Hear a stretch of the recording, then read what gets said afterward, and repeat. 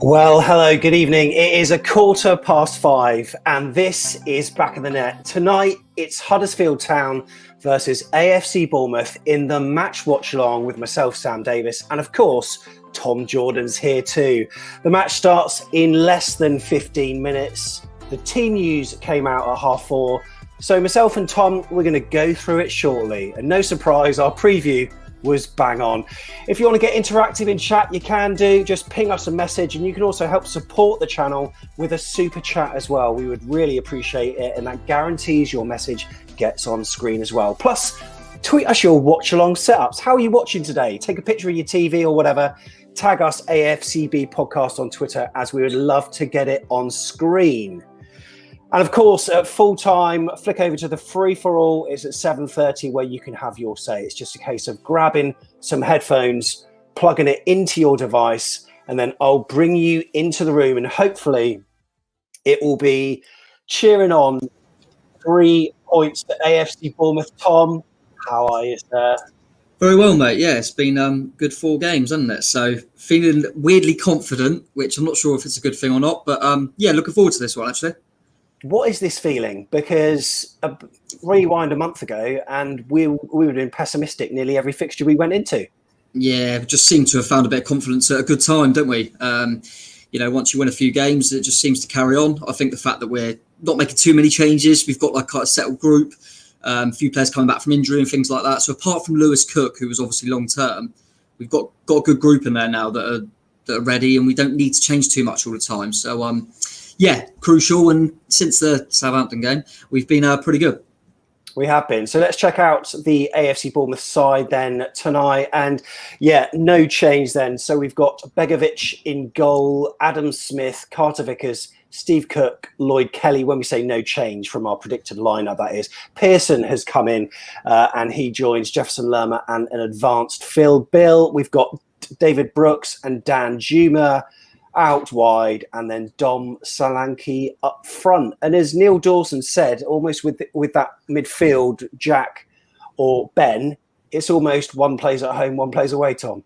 Yeah, it does seem that way. And I also think you look at it, it's quite weird, actually. If you look at quite a lot of Huddersfield's kind of previous results, and regardless of them not doing very well, they always have more possession quite a lot of the time. I've seen a few games where they got beat like 3-0, but they had like 60% of the ball. They like to have the ball, so I think it's perfect for Ben Pearson. He's better off the ball than Jack, isn't he? So, yeah, it works perfectly. I think that was the change we expected, as long as Brooksy come through all right, which he obviously did. But good to have Stanislas back on the bench. And thought it was, I said to you, didn't I? I thought it was quite interesting that who Stanislas replaces on the bench, and it's Shane Long, rather than say a Jaden Anthony, which would have been easier to do. But yeah, quite interesting to see that he's sticking with Jaden on the bench. But yeah, good to have Junior back if we need him. And this is the Huddersfield side for tonight as well. I mean, we've got a few names that we will probably recognise here. And, you know, any players stick out for you as being ones to watch, Tom? I mean, I remember Fraser Campbell being a decent poacher back in the day, but he's got to be in his 30s now. But, yeah, he definitely was at the time. Bakuna I always thought was decent. I saw that on Twitter a few Huddersfield fans saying that I think Rowan and Benzer have come in for him, and they're known for their pace. So I think maybe they're trying to look at it and think we might need to look at a counter a bit more on Bournemouth. So they've brought in 2 players who possess a lot of pace, which would make sense. I think Pritchard's back on the bench for him. He's been out for a bit, so that's a plus for him. But yeah, not sure what to expect. I just saw a few of their fans saying that they just hope their midfield give Billing a bit of a crunch. So it'll be a big game for him. Yeah, huge game. And he's got a point to prove, I'm absolutely certain. Thank you to everyone that's joined us already. We have got a like target for tonight, and that's above Tom's head of 150. If you can help us reach it, we would really appreciate it. So we got George here. He's also saying that they're playing really defensive. Will probably be hard to get the first goal, and then the floodgates will open. Interesting. Chris That's Hubble. what happened before, yeah. Yeah. Red Army says, Chris. We've got Keith Thomas here. Keith, are you going to show us that lovely L-shaped sofa again? I want to see it. I want to see it in action. Also, who else have we got in the room? Morgan is here. Hello, Morgan. Mark Cole, come on. 5 in a row. And can we get 5th in the league? Yeah, really interesting. Daniel, AFCB, let's go Bournemouth. Apparently, Tom, he's not at school today and he managed to get off somehow to watch this watch-along. What are you thinking about that? I love the dedication, Daniel. I mean, at the end of the day, school's important, but this is more of an education, isn't it? Watching a watch along for the Bournemouth game, that's an education. So, big love for that, Daniel. Top man. Let's score goals there. We've got Kirk, who's here. Up the cherries to you, Kirk. And also, Keith Thomas says, yeah, what an odd time to be having a football match. And I don't quite know why it's happening at this time. It could have easily been put later on in the evening. I know it would clash with Champions League games, but that's on BT anyway. Just seems to be odd. Yeah, it does seem a bit random, doesn't it? I mean, I don't know whether they try and have a certain amount of games going on at one time, and because this was this rearranged because of Southampton? I can't remember. It might have been something to do with my cup run, mightn't it? I think it was actually. Yeah, you're right. So maybe just because it was last minute, they already had too many put in. I don't know. It's not like it's been moved to Sky or BT or anything, so a bit odd. But I'm looking forward to it. But just a bit nervous now because I feel like we're expecting, aren't we? And that 5 in a row, I think I saw someone will tell me in the chat if I'm wrong, but the last time we done that was 1990. That's before I was born. I was born in 91. Really? So, yeah. So what, 5 wins in a row? Did we not do that under Eddie in the promotion run? I thought apparently not. It was 8 in a row or something. Yeah, I thought that as well, but maybe it was just unbeaten and we had a few draws. I'm sure I saw something about 1990, yeah. Interesting. Someone needs to research that. If you're new, welcome to Back of the Net. We're an AFC Bournemouth fan channel. We'd appreciate it if you give this video a thumbs up, and also feel free to subscribe because we cover a lot of Championship content as well. And it promises to hot up during this Championship run-in. What's your prediction? We want to know. Put it in chat and we'll get some of your predictions on screen. Now, Tom, I went for a tentative 2-1 because I think it could be easy to regard this as a bit of a walkover, but Huddersfield, I think their last match was a 0-0 or a score draw at home to Rotherham. Before that, of course, they got humiliated away at Norwich. So they're still going to be smarting and they're going to have points to prove still. And Bournemouth, I don't know, hopefully they're not going to be thinking it's a walkover because it's one of those banana skin fixtures, isn't it? And it always has been for us, in fact. Yeah, I think that was nice to see the way we started against Coventry because there's similarities, isn't there? A team that we're probably, all the neutrals will be saying this is a banker tonight. So, we went and done it at the weekend and we just got to have that same mentality going into this one. We've been scoring a bit earlier lately, haven't we? Which has been key, I think. Because I think when you play these teams at the bottom, we've seen it before, haven't we, earlier on in the season. If you don't break them down early, it can become a real slog. So hopefully we start on the front foot again. But they're playing in confidence and it's nice to even have options on the bench if we need to change it. I mean, team in the Championship and we've got Jack Wilshere and Junior Stanislas on the bench as options. I mean, we can't ask for much more than that. So, it'd be interesting to see how they set up and if they kind of, if I was Huddersfield, I'd say, I'll go and have a go. They're not really going to go down, are they? But they're not really going to do anything. So if I were them, I would just have a bit of a go. But they might try and make it difficult for us. But we shall see. I think we'll have too much.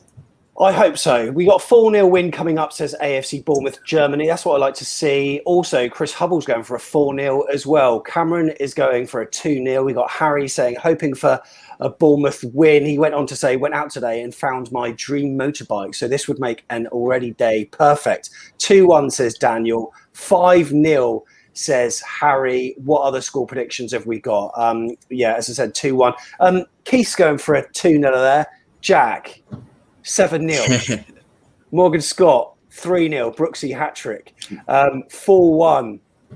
says George there. Mark Cole's going for a 2-0. Hope you're all good there, Mark. And Mark Singleton going for a 2-1 there as well. And you know what, Tom? There's a certain stat that a certain someone keeps banging on about on Twitter. We know he's here. And he's predicting a Dom Penn. Yeah, Junior's not playing, is he? Well, So exactly. Who is on Pens if it's not Junior? I reckon it would be, because I'm just thinking of that, the Palace shootout as well. And Dom took a nice one, didn't he? We've had a few shootouts and Dom's always scored. I remember Billing having quite a weird run up, but a good penalty. So I don't know if he would maybe fact. But yeah, I would have thought if Stan's not on the pitch, if you don't have another one, you just give it to the striker, don't you? But yeah, hoping he'll score today. I'm going to go for 3-1, I think. I think I said that in the preview. I'm going to go 3-1. Billing against his old club, Solanke, and Arnie's going to score, isn't he? To be fair, there's always been goals when we play here. If you remember when we got beat here really badly in the Premier League? Yeah, 4-1. I think it was on the telly, wasn't it? It was a 3:15 coach from outside Dean Court, 3:15 in the morning for something like a 12:30 kickoff at the John Smith Stadium. Horrible. Yeah, we got battered there. And then I remember first championship season before we got promoted, we got battered up there. I think it was 5-1. But then the following season, we played them on the opening day and won 4-0, was it? 4-0, 5-0? Pew scored inside about 20 seconds. Yeah. So there's always been goals here, haven't there? So that's quite a good sign, because I think if there's goals today, we should get more than them, hopefully. Yeah, that's right. And that 4-0, Mark Pewey scored very, very early on, and Callum actually missed a penalty that day as well. He could have got his hattie, and we ended up winning 4-0. And I can't quite say that was the moment I believed, but that was the kickstart for what was an absolute phenomenal season. Right, so if you're watching this chat, you'll know that we got super chats on the right-hand side. It's not especially busy at the moment, but later on it might be. We try to get as many on screen as we can, but if not, you can guarantee it with the super chat, because that gets flashed up ahead of us and then we'll pop it on screen. It does involve paying us a little bit of money, but what that money does is go to help support the channel. So we have monthly fees that we're paying out every month that goes on, and it truly does go to help support us. We'll pop it on screen. Tigsy's wages aren't cheap, are they, Sam? No, they're not. Thank you for all your support. And also, make sure you get permission from whoever's laptop it is or device you're on, because some people have just got their card programmed into Google, into YouTube, and just don't keep on sending him, please. Right. Also, show us your watch-along setups. Now, it is Tigsy who was with me at the weekend, Tom. We did miss you, but did you see some of the setups that were going on? Yeah, nice little set. Yeah, I couldn't believe how many setups were going on. It was really nice little setups from a lot of group. I saw the little collage thing done earlier. It looks really smart. It took an age to do that. So text us your watch along setups, and we would love to see how you're watching us here today. We're going to be here until 7:30, then straight on for the free for all. And Tom, the teams are coming out onto the pitch already. Confidence levels out of 10. Do you want to give us a number? Oh, we'll go for a solid 9 at the moment. I think we're playing with too much confidence and freedom at the moment, and I just fancy us to have too much. It'll be interesting. I think the opening kind of 10-15 minutes will be interesting to see how both teams have come out. Yeah, it certainly will be. I'm very interested, and all eyes are going to be on Dan Juma yet again, and probably the attentions of Huddersfield. They would have seen that performance, and I'm sure a lot of defenders will be quaking in their boots after seeing that. Oh yeah, he's on fire at the moment, isn't he? I mean, the numbers back that up as well. I don't know who I'm just trying to look now, because teams have come out with, they'll be playing kind of on that right hand side to try and challenge him. But if he gets him 1-on-1 with Richard Keogh at any point, he's got to be getting on a bit now, hasn't he? Yeah. Looks like they've got Holmes kind of down that right hand side. I don't know much about him, but yeah, Arnie's on fire at the moment. And to be honest, I've been saying it a few times. I thought, you know what? If he keeps his form up, he must be thinking about the Euros a little bit. I know it sounds mad, really, but there can't be many. He has had a few appearances for him before, and there can't be many people that are on that sort of form. There can't be. So yeah, let's see how he goes today. But you look at the team on paper; it's just unbelievable for this league, isn't it? No, it is. So look at that midfield three: Lerma, Billing, and those two you always were expected to play. But we got Pearson as well, Tom. And he's going to add a bit of solidity at the back, isn't he? Yeah, and I think so. We've said it a few times, haven't we? Him and Jack. One for the fitness side of it for Jack is key, because it's not a week we're missing here; it's a few days. But also, especially in away games, he's just got that bit more nous about him off the ball, I think. And Jack's a good player. I mean, it was the reverse one against Coventry where the game was nearly sealed up, so we could take Jack off and bring Pearson on to control it. But Jack's there if we need a little bit more impetus going forward. So good options to have. But yeah, weird how strong that midfield looks considering Jack Wilshere's on the bench and Lewis Cook's out. You know, they would have been two that they've got two of the best midfielders in the division, and you know neither of them are in our side. And look how strong it looks. So yeah, let's hope we get the job done today. Are they doing a silence?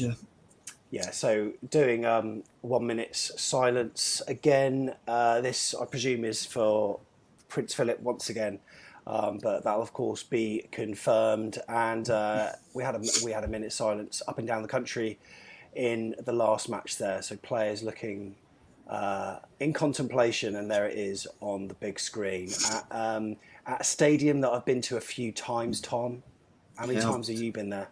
Yeah, quite a few now. My grandpa's actually from Huddersfield. So, yeah, they used to, I think when I was a kid, and used to go up but be in the home end, which was always a bit of a nightmare. But yeah, I've got some family and stuff that still live up in Huddersfield. There, I know, you know, really not happy. They're pleased that they didn't have to go this season, because I don't think they're very happy. But it is a reminder as well of what can happen if you don't bounce back quickly, because they weren't in the Premier League that long ago. Obviously, we were linked with their ex-manager, Wagner. And like we just mentioned there, I remember them beating us comfortably in the Premier League. Yeah, and they were quite a good side. And you can see what happens if you don't bounce back. You lose a few players because you need to get them off the wage book and stuff like that. You can slowly start just thinking, we just got to try and hang on to championship status. So, yeah, and the state in terms of the stadium, I always really liked it, Sam. I don't know about you. I can't remember what the pub was and that there, but I remember it's quite a nice stadium, isn't it? And you're quite high up. I remember being at the back. It's yeah, it's quite a nice one. And I think when we got promoted, we actually sacked their manager, didn't we? I remember beating them on the opening day, and then they sacked their manager, and we were like, "What? They've only played one game." And I remember ironically cheering, we're top of the league, and we ended up being there as well. So good memories of this. Absolutely love it. Now, just checking that you can still hear me, okay, Tom? Yep. Yeah, good stuff. So we're about to kick off, and hopefully you can all hear us okay at home, because we're going to be bringing some atmosphere to proceedings today. Players at the moment are taking the knee, and most of our players, I think, don't, apart from Dan Juma, but that's just a club stance now, and we are just about to get underway. This is a huge match for us, Tom. Hopefully we're all synced up. The referee's just blown his whistle. We've just kicked off, Tom. Yeah, just kicked off, yeah. Excellent. We are on time for once. And if you want to know the time, there you can see it in the very top corner. If you can't see it that well, what we'll do is we might move it to the other side of the screen. And of course, we can't do this without the crowd noise, can we, Tom? I think we'll need to ramp it up, won't we?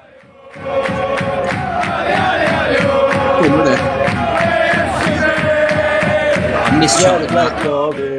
So do I, mate. So do I. So do I. I absolutely love it. Cheers for everyone that's commenting. We'll get as many on screen. Text us your watch-along setups as well. I think there's a few super chats, Sam, as well. Yeah, let's get on the super chats then and see what's been happening there. Yeah. Oh, thank you so much for all your support. Yeah, really do appreciate it. And David Whitehead, thank you so much. Looking forward to a great evening. David, thank you for your support. Really do appreciate that. Top man. Last time I saw you in the flesh, I think, David, was at Watford in the Oddfellows pub, and that was that drab 0-0. It was pissing with rain, and yeah, it was nice to see you in a very crowded pub because, well, it was crowded because outside it was absolutely throwing it down. Keith Thomas as well, thanks for the super chat. Try pronouncing that, lads. Yeah, Tom, go on, give it a go. Arnold Dan Juma Groneveld, I'm going for. Groneveld. What is that? What is that, his middle name or something? I think it might actually, I'm not sure. I remember when we signed him, I thought we signed Arnold Groneveld. And I remember on a few games and stuff, that's what he was called. So I don't really know, what it's about, really. I mean, oh God, they've got a dodgy pass back there. I think we've got a corner, haven't we? Yeah, we have. We've got a corner, early doors. You know what? We'll take that. It's not a corner. What's going on? They're not going for a corner. Let's move that clock over to that side because I think you can see it a little bit better with the white background. There we go. So, Tom, I think we are pretty much synced up because hopefully you've got your time pretty much bang on what we got on screen, have you? Oh, yeah. Where is it on screen? Oh, there it is. Yeah, bang on, mate, yeah. Oh, beautiful. That's a lovely stuff. I was watching what I like to see. I was watching the YouTube video the other day, and they couldn't, and everyone was in the chat going, "How'd you get the clock up?" They're going, "Oh, it's a nightmare. Look at Sammy Davis, straight in. There it is." People were saying it's really quite often when you try and set it up. Apparently, they were saying that it's quite hard to get one that counts up like that. A lot of them do countdowns. Do you know what I mean, from a certain number and all this stuff. So I don't know. Let you deal with it, mate. Yeah, no, it's all I'm good. just a pretty face. And a pretty face you are, mate. Yeah, the pretty face you are. So, yeah, the clock on screen. There's 148 watching. Thank you for all your support. Subscribe and like the video if you can. We're going for a like target of 150. And also get your watch-along setups on as well. Huddersfield on the right-hand side at the moment in a nice little pocket, but we force them back into midfield, Tom. Looks quite nice there. I don't know what the weather's like up north, but it's normally getting it a bit earlier. You realise it's not as dark and miserable up there. Looks all right, doesn't it? They've started with some neat football. Like I say, it's a weird one with Huddersfield because they don't seem to have the punch and get the results, but they always keep the ball. What was weird is I remember, because obviously I was allowed to go to the time we played them before, because it was the home game where we had 1,000 fans in. I think it was the first one, wasn't it? And I went with my mate, and I remember us saying we won 5-0, and I remember thinking they weren't that bad. They started the game, and I thought these are quite a good side, playing nice football and stuff, but they just didn't have that. Whether they needed someone on the end of it or a bit more steel, I'm not sure. But I remember thinking they weren't that bad. But the league position says a lot. Go on, I'll tell you what, I think it was Kirk Tovey on. Hello, we could be in. David Brooks was nearly through there. Lovely little through ball. Was that Dan Jumu who tried to play through there? Oh, that was certainly close. I think Kirk Tovey posted a screenshot of the difference between the squad then and now, like when they left the Premier League. What was it, 3 seasons ago? Yeah, was it even more? And not a single player. And if we don't get promoted, it's probably going to happen to us, isn't it? Yeah, well, I remember. I think it was Neil saying on our preview that about Billiam was good when he come to our place, and I remember that when we beat them. But Billiam was very good for Huddersfield, and it was him and Aaron Moy. And I remember thinking them two were really good at times, even in the Premier League. I thought Billiam and Moy were superb for them. They had a few good players in there. I don't know, but yeah, that's what happens. And you think of it now, and we're just talking about our squad. If you don't go up to the Premier League, that squad, the wages, the quality they've got in there, you're going to struggle to keep a lot of them. So it doesn't surprise me. And to be fair, Huddersfield are just going to have to go a few seasons of pain, really, considering where they've been, of just trying to make sure they stay in the Championship and kind of rebuilding. But I think they could do that. I do still think Huddersfield could do that once they get the fans back in. They're still a big club. It always felt like quite a big stadium and a decent sized club there. So I think they'll get back. But yeah, they were always a decent watch in the Premier League under Wagner, definitely, weren't they? I thought they were similar to us. They were quite brave. Oh, we could be in down the left here. Is that Arnie? We could. Is he in? Is he in? Could his pace do him? Oh my goodness! Very casual defended by the defender there. But Bournemouth have won a throw-in on the right-hand side on our left-hand side in quite a dangerous position, really. It could be Steve Cook territory if we were 1-0 down. Steve Cook's down, mate. Goal. Oh dear, this ain't good. Hopefully it's just a dead leg. Yeah, we don't want anything serious to that. I think it's just about to show a replay to see did he go up for a header or something. I reckon he might have just hurt his back or something. Yeah, he'll be alright. Just slightly jarred it, maybe. Yeah, maybe right. Slightly jarred it. Yeah, I reckon he'll be alright there. But we should be okay. Okay. I was thinking it's a shame that Tommy Elphick's not fit and ready, because it would have been nice to see him out there, wouldn't it? Mate, it would have been fantastic. Yeah, love Tommy, love him. But it's ever since he left us, really. He had one good season at Villa, didn't he? But he's just his fitness levels. I always feel like every club he's been at quite like him, but he never really. It's weird because for us, I never felt like he was someone that got injured all the time, but it just seems to have happened since he got a bit older and left us. His fitness levels have just gone, haven't they? He's certainly someone that I think, Sam, when obviously we were lucky enough to speak to him on the pod. Tommy's someone that I think will go into coaching and be a top, whether it's like an assistant or something like that. I think he could be a top coach, Yeah, I think he could. He's he's learnt from the best, hasn't he? Let's be fair, and he knows that. He said, the training is the best I've ever had it, and which I thought was an interesting thing to say, considering you've left Bournemouth now for a few seasons, and it almost sounded like a negative thing about like against his staff at the current club that he was at the time. But he knows that the levels that players like and players want. So if he can replicate that in coaching himself, then he would be a fantastic coach. Yeah, no, definitely. And interestingly, I remember Matt Ritchie saying the same, and he was a Newcastle player, and he said the training at Bournemouth was different level. But yeah, I think there's a few there. I think Frano obviously is going into different bits, doing a bit of media stuff as well as scouting and stuff. And you can see them type of people as good coaches, and like you say, they've learned for the best on the training ground and stuff like that. And it wouldn't surprise me if in a couple of years we saw someone like a Tommy in the setup, maybe with some of the youngsters or going through the academy and doing his coaching badges and stuff. Feel like Tommy's still got a real connection for the club there, hasn't he? So yeah, absolutely. Wouldn't mind that. Good header from Bill in there. Well up, Sam. Yeah, come on. Let's get. Oh, Dan Juma's got a bit of room out left now. Hello. Now, what can he do with this? Always getting Huddersfield forward. Getting their men back. There's the overlap. Can the ball be crossed in? Tell you what, no, it deflected away. Deflected away for a goal kick. But Tom, it's been all right start, hasn't it? Yeah, not a great deal happened, but yeah, it's been fair enough. Both teams sussing each other out a little bit. They're certainly aware we're going to try and get it to Arnie. Good to see Lloyd Kelly overlapping there as well. I've been someone that I think everyone has this season. That kind of left back's been a real issue for us. But so I think it's fair to credit Lloyd, because I think in the last couple he's been excellent. And to be fair, it's making me wonder if maybe he was just struggling with the fact that he was centre back, then he was left back, and I think now with Woodgate he's got that consistency. He's being told you're left back, and he's getting a good run there, and the balance is better in it with Carl Vickers in there. But absolutely, thanks to Mark, by the way, who's given us a super chat. When are the coffee mugs coming out? They are. Tom, have you got yours nearby? Have I got mine? Look at that beauty, a thing of beauty. Yeah, they're going to be coming out very, very soon. Within the next couple of weeks or so, put it that way. Right, David Brooks on the right-hand flank, cutting inside. Oh, cheeky little 1-2 with Billing there. Let's come back to Billing. Adam Smith on the right flank just stands up against his marker. Nice little triangles, but heavy touch from Brooksy. Heavy touch. Yeah, they're quite. You can see they're quite packed up in there, aren't they?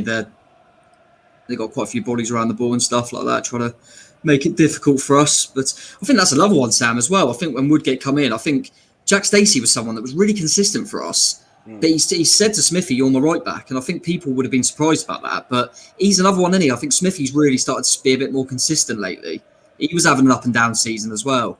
And that's really good to see, because I don't think he gets enough credit, Smithy. I think he's great. Lerma's, he better be all right, my old Jeff. Yeah, I certainly hope it is, Tom. I think we need to ramp up this atmosphere, don't we? Come on. Oh, absolutely. Bournemouth till I die. I know I am, I'm sure I am. I'm Bournemouth till I die. Come on, Dan Juma, left flank. Corner ball. I love Charlie. We'll have a corner. We'll take it. We will take Cookie's it. got to be due one. Yeah, I can't believe he hasn't scored this season. Yeah. I mean, you said that the other day. I couldn't believe it. Because he usually scores every season, doesn't he? I was thinking, without looking at the stats, he's scored in virtually every season he's been a regular. He must have. Feels like he does. Yeah. He's due one. Maybe he's waiting for the playoff final, but I'd love Billing to score against these lot as well. This could be a great time to do it. You know what? Wouldn't it be nice if Billing actually scored with his head? Sure. Given it, he's like the tallest person in the. Not sure. Oh my God! What a waste. That's just wasteful, mate. Yeah, it looked quite nice, didn't it? And then was that a yellow card there? I think we just got he's been booked for that. Yeah. Pearson, he's gonna get booked. Bloody annoying. Right, Tom, we've got some watch-along setups. Are you good to be analysing living rooms this evening? Yeah, no, that's what I love doing. Screw the laptop, screw the iPad, screw the TVs. I'm looking at everything else. First thing I notice here, Morgan Scott, do your washing. Look at that on the right-hand side. He's just got a hodgepodge of clothes there. No, I'm gonna rate that, Sam, because I think what's happened there is he's thought, I've got to do the washing. Then it's flashed up on his phone, back in the net alive, and he's gone, you know what, I can wait. And I respect that from Morgan. Huddersfield are in it, so I'm just... Yeah, let's just take a look at this on the left flank here. Oh my goodness, cut inside. Oh, that flash pass. Did Bego get it? Begovic got a touch. Did he? Yeah, he did. He got a touch. It looks like it's gone out for a corner. Decent little chance that they cut him well. Bit of a threat, bit of a warning sign for us there. Yeah, he did get that. I don't know if he would have... We'll cut back to that. But I think you've got to respect that. I think he's thought, the washing can wait. We've got more important things to worry about. Got to get the back of the net mug out. Respect that. And Diet Coke as well, so he's still keeping fit, Morgan, so I respect that. Yeah, nice little setup. I'm happy with it, so I'm happy with it. So, what's your rating out of 10? I'm going for a solid 8 there. Solid 8 for Morgan. Solid 8.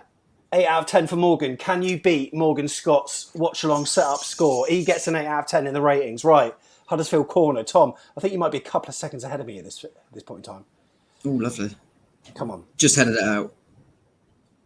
Yeah, away we go. I think you're a couple of seconds ahead, but that's fine. That's fine. I'll live with it. Huddersfield cross again.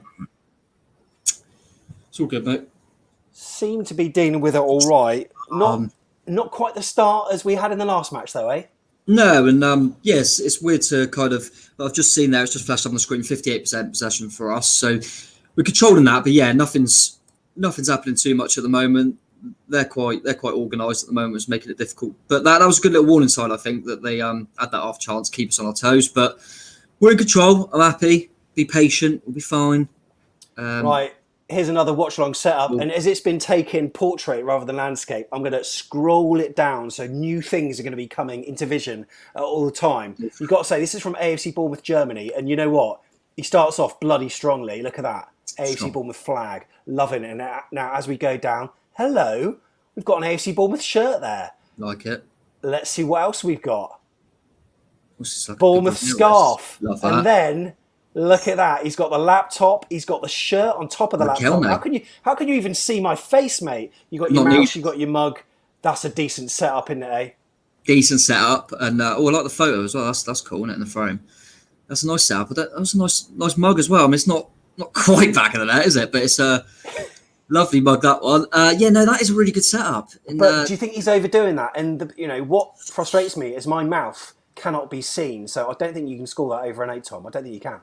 It's difficult, isn't it? I mean, I like the way he's got me more in focus than you. I think he deserves credit for that because he knows what he wants to see. He knows what he wants to see. He knows what's needed. A lot going on there. It's a difficult one, isn't it? But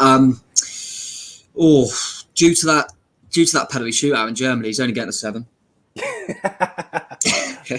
I absolutely concur with that. Come on, boys. Right. Let's get this going.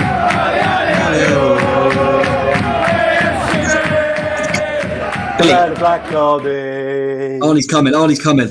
Give it. Go on, Arnie. Go on. Now, this is the position he loves. Oh! God, it's come back. Yes! Sorry, sir. Billy! Get in! Is that Phil Bill? Come on! Of course my God! Phil Bill! Phil Bill's the man! Get the black Derby. Get in! Tell you what a header! What a header! What do you expect? I'll tell you what, Carter Vickers with a big lump upfield. How sweet is that? Phil Billing gets it, loads of space. Left-hand side as usual. Arnie sizes him up. I'm thinking Arnie's going to wrap up for us. Onto his left rather than his right. Decent save the keeper. Billy's there with a diving header. Oh, they're going to hate that. Get in. Everyone is absolutely loving it. Philly Billy, come on. Get in, lads. Max Weston, yes. Byron, Billing. You know what? Donald's on there as well. Paul, nice one. Actually. Everyone is loving it. Get in. That's it! Come on. That's big, mate. That's big. That's a huge goal. And you know what? That's our first shot on target, wasn't it? Yeah, mate, we're just got a bit more clinical lately, aren't we? Which is really good to see. The amount of times we're thinking, we need that goal, we need that, and we've done it there. And great little move. I think they'll be disappointed because Billing had so much room. He kind of started the move, didn't he, in the middle? And he had so much room to just glide into. And once Arnie's in there, you can see they're trying to double up on Arnie. That leaves people free in the middle, doesn't it? That's what Arnie does. Because he's got 2 on him, it means someone's free, and it was Billy. And I'll tell you what, I remember I think it was the first player rating show I did with a guest, right? Yeah. And I had Heather on. Everyone knows Heather. She's got to be in the chat. And she said, Bill, but I'm quite new. I don't know much about football, right? Everyone was slating Billing, said he ain't good enough. Don't want a bit. She always backed Phil Billing. So I'll tell you what, you think what you want to have. You know more than any of us because you've always backed Phil Bill. So, yeah, respect for that. But he's just a different player. What's happened? Oh, mate, it's credit for Woodgate for the role he's in, mate, I've got to say. Absolutely love the guy. Just like we love Harry Mogg as well. He's a regular here on chat. Harry, cheers. you're an absolute legend. He says, love the channel.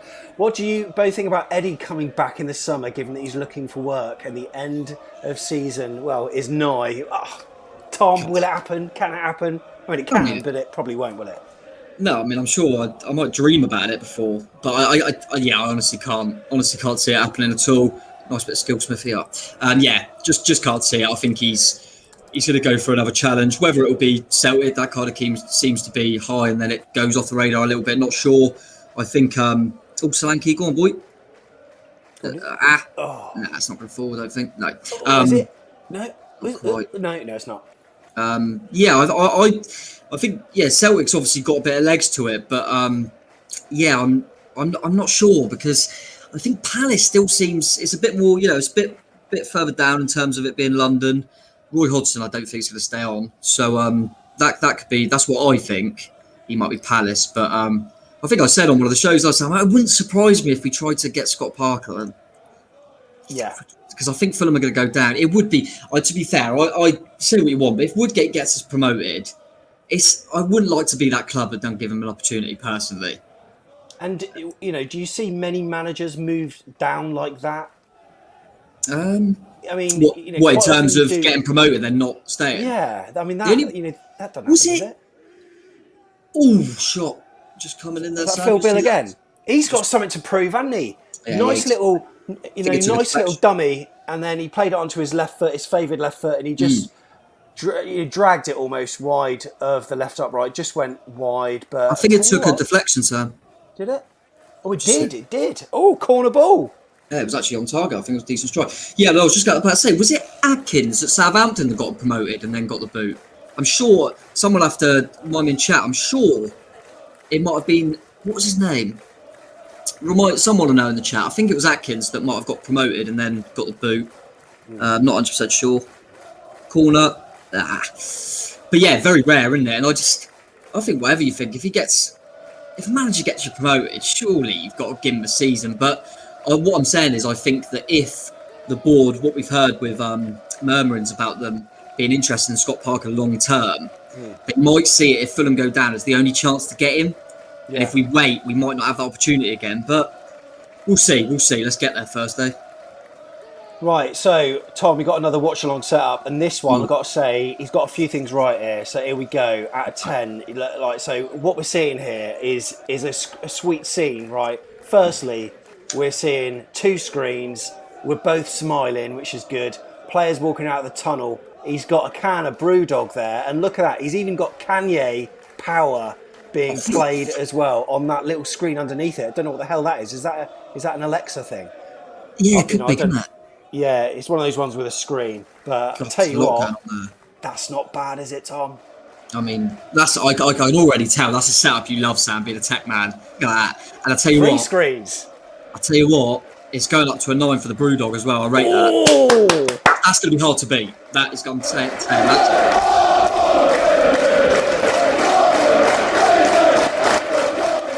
9 out of 10.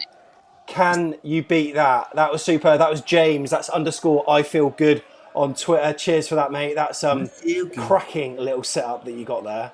Absolutely fantastic. So 20 minutes gone. 1-0, Tom. I wouldn't say we dominated the game, but we've been professional in what we're doing so far, aren't we? Yeah, very reminiscent in certain ways of a few of our last games where it's just looked quite comprehensive. And I think if you didn't have if you weren't invested in the game as a Bournemouth fan and you were just watching it, you would think this is very, very comfortable at the moment. Bournemouth just look like they're a better team, and you wouldn't be putting any money on Huddersfield. Having said that, you've got to keep your wits about you. They're not bad, and they had that half chance, but that goal's massive. Just after that half chance they had, because regardless of possession and stuff, that was probably the clearest chance, wasn't it? They're just getting it down that side again. And he's cutting again, that lad. And virtually the same shot has just come in there, Sam. You're going to see it now. Sorry. Yeah, that is the same. My God. And that's for a corner again. I think that's Rowe. I believe that's Aaron Rowe, who I just saw that when the team news was announced, he had been brought in for his kind of pace and trickery. And you can see that. I'm trying to work out, I think he could do with a bit of support from Brooksy, Smithy, because there's a couple of times now he's been one-on-one with Smithy, and he's kind of doing an Arnie on him, isn't he, by coming inside? For me, I think Smithy should be showing him the line a lot more and inviting him down that line because, he seems to like to come in on that favoured right foot. You just need to be showing him the line and making sure that that's where he's going to go. But, that's where I think Arnie's a bit unpredictable because he can go to the byline, he can cut back on his right corner to Huddersfield. 22 minutes gone. Oh, Jesus. Shot. Oh, blocked. No, we're right. Blocked shot. And it looks like it's a Huddersfield throw on the opposite side. Dealt with it. But yeah, there's a few little warning signs there, especially down that side. That's where it's another good option, though, isn't it, Sam? If we can, obviously later on in the game, if that still continues to be a problem, Jack Stacey sat on the bench, and he's used that with Stacey in front of Smith a few times, hasn't he?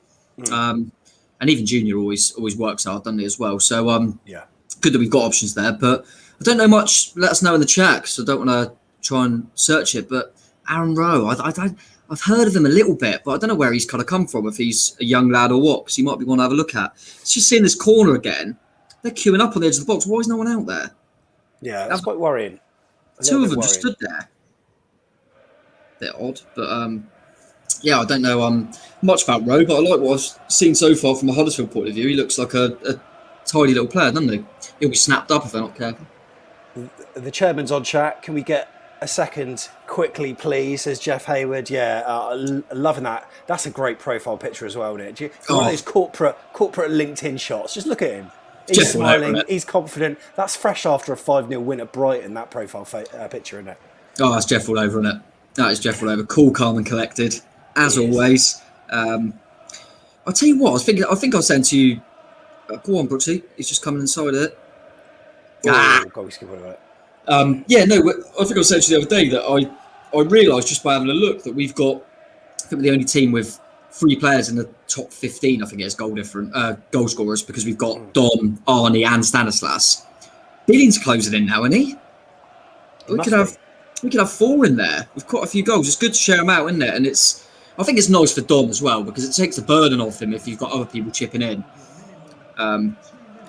But yeah, Billing in that 10, I mean, they could have half now just with the ball. They've had the ball in our final third a fair bit, I've got to say, Tom. I mean, they've got a few shots on goal. Bigovic has been worked twice. It's not been all one way. I mean, the scoreline, makes it look as though, 1-0. You can't really read into that, but you would think. I don't know what the possession stats are actually. I'll have a look at what they are. But Huddersfield are certainly posing a threat, aren't they? Yeah, they are. And as I said at the start, they do seem to have quite a lot of the ball in all their games, regardless of their result. And I think Woodgate said pre-match that they're a possession-based team. So I think Woodgate would have known that and said, all right, let's let them have it to a degree, because we're going to punish them when we get it. And you saw that. They actually were getting the ball up the field, and we broke on them. Bit of room for Billing and Arnie, and we've punished them. And I don't mind that if we kind of allow them to have the ball, as long as we don't have too many scares like we had down that left-hand side. I'm more than happy with that, because the more they feel they're in the game and the more they open up, we're just going to counter on them. And we've got players that can hurt them, as we saw with the goals. So Dom dropping deep there. But yeah, I still think we look relatively comfortable. And to be honest, Al, I don't know about you, but I prefer teams that try and beat us by playing football than launching balls in the box. I think that's where we struggle more. I remember Rotherham this season, in set pieces, I mean, that's my fear about, I don't know who said it, about playing a team like, if we manage to get to the playoff final, playing a team like Barnsley. In many ways, I'd rather play a footballing side rather than one that, they are a good side. They're fairly young and maybe you could call them inexperienced, but they're a side that can cross a ball.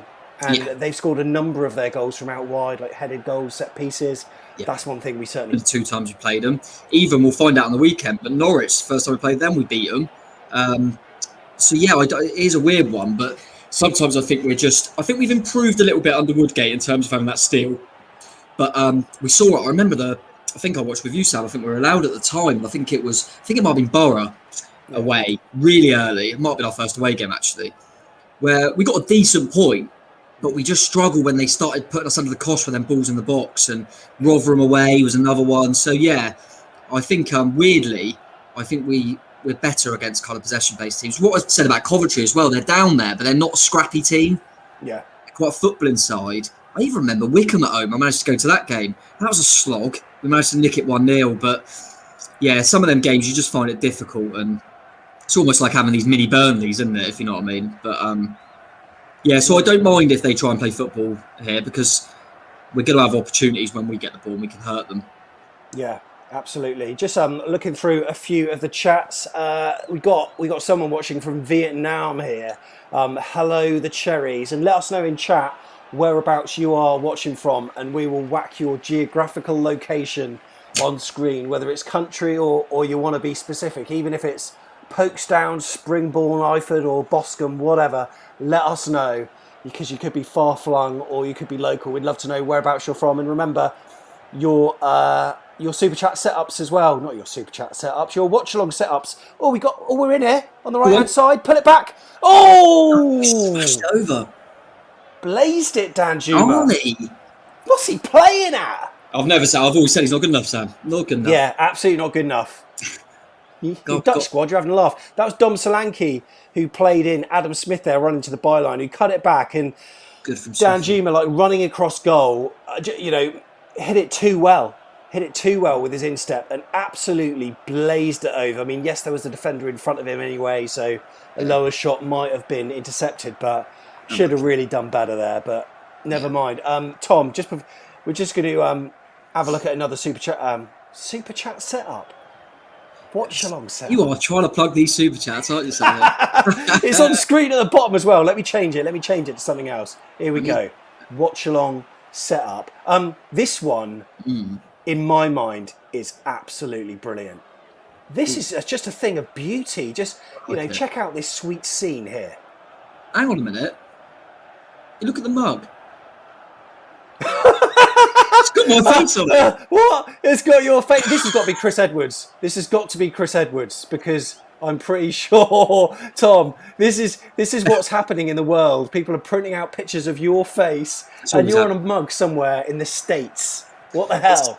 It's always been a long-going problem for me, of people printing out photos of my face. So yeah, used to it, Sam. No, that's a lovely touch.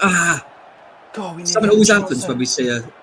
Yeah, that is a great touch. I spotted that. I'm not sure. Is it a one hand? We need to hear, because on one hand, is it very complimentary that they've printed out a picture of my face, or have they put it on there as some sort of metaphor that I'm a mug? Oh my God! I mean? I didn't even think of that. So that's where it's difficult to rate it, because it could go either way, couldn't it? But I do like the setup. Look at all this memorabilia as well on the shelves here. I'm loving this. I mean, we could Who's be the little nearing bobblehead person? Who's that? At the top, who's that little? There's like a little ornament of a person. Can't work out. No idea. Yeah. Who is it? Who should we pretend it is? It's Eddie, isn't it? I think maybe it is Eddie. We'll just say it's Eddie. Anyway, Tom, we need your score for that watch along setup there, because that is superb. It's up there because of the unsure about the photo. I'm going to give it an 8.5. I'm going to have to get a point in, because I'm not sure if we get confirmation. It could sway between an 8 or a 9, but it's close to the last one we saw. It's a very impressive setup. That's Chris on Twitter. Absolutely loving that. Thank you so much for that. And remember, we'll get them in as soon as we can. Right, let's check out some more of the comments as well. My goodness, this is some of the latitudes coming out. Love it. We've got someone in Rio, in Brazil there. Great start, Brian. Cheers for tuning in from an exile here in Norwich. Watching from Brazil and betting on the Cherries.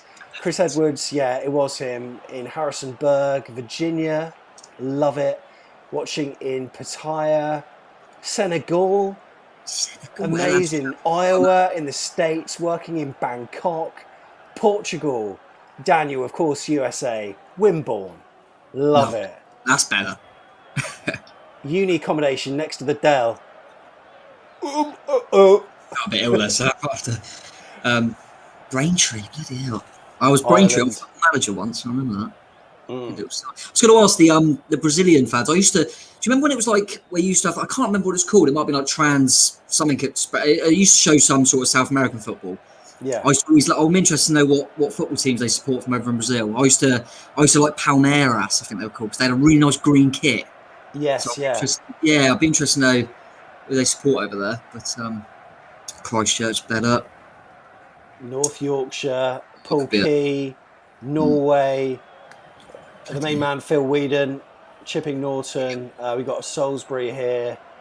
Jim Bangkok as well. Absolutely loving it. Not one person has said Bournemouth yet, mate. I saw someone in the chat earlier, Sam. I think his name was Callum, just saying he was a Coventry fan here, just asking how they played on the weekend. So I just want to say that I both times we played Coventry, it looks like I kind of almost admire them. I don't know if you agree, because they're a team that they make it a bit too easy for us. They're probably, a lot of people would describe it as naive, but they remind me of how we started in the Championship.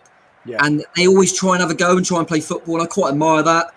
And they don't go against their values, try and make it difficult. We just had too much quality in both games. But I quite like what I've seen from Coventry, actually. I think, they just need to stay up, didn't they? And they're going to do that, I think. And I think they could evolve and get stronger because they try and play good football. So I quite like Coventry, and whatever league we're in next season, they could be a bit of one of them dark horses. Do you know what I mean?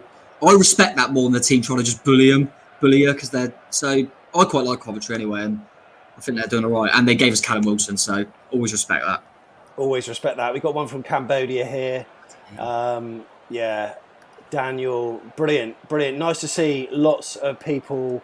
Isle of Wight says Ellen, brilliant to have you on, Ellen. Thanks very much. And remember, if you're watching this, we'd really appreciate it if you hit the like button because it helps us get seen by more eyes. And if you check out our latest tweets or whatever, please help us out by retweeting as well, or on Facebook by sharing the post with your friends as well, getting more people on board, getting as many people on for this watch along as we can, as Bournemouth are 1-0 up after 34 minutes. We've dominated the stats. I think Byron on chat a moment ago said we're on 58% possession to us, and I just want to see us, maybe put away another chance because Huddersfield have showed they've got a threat here and there, and it seems to be mainly down the left flank, Tom. Yeah, it's a difficult one, isn't it? Because you got to get that balance. Because we're relative control, I think, like you say, they've had a few little sniffs, but it is a risk because you just want to get the second goal and almost kill it off. But if you commit too many men forward, we've seen that they have got a few dangerous players, especially on the flanks. So I think that's probably why Smithy and Kelly are staying a little bit cautious at the moment. I think if we can get in, unlucky there. I think if we get in at the break 1-0, and then Woodgate can kind of get into them and tell them the plan for the second half. And yeah, I'm pretty confident. Be nice to get the second goal, but I'll be happy to come in 1-0 in the way we're playing. But yeah, I still think there's going to be a few more goals. This, I don't think, famous last words, but I don't think this ends 1-0. No. Well, no. Let's hope that we can certainly. Oh, Lerma's getting a little bit physical there. That's not like Jeff, is it? No, that's not like Jeff at all. You know what, mate? I think we need to get the AFC Bournemouth crowd chants going, don't we?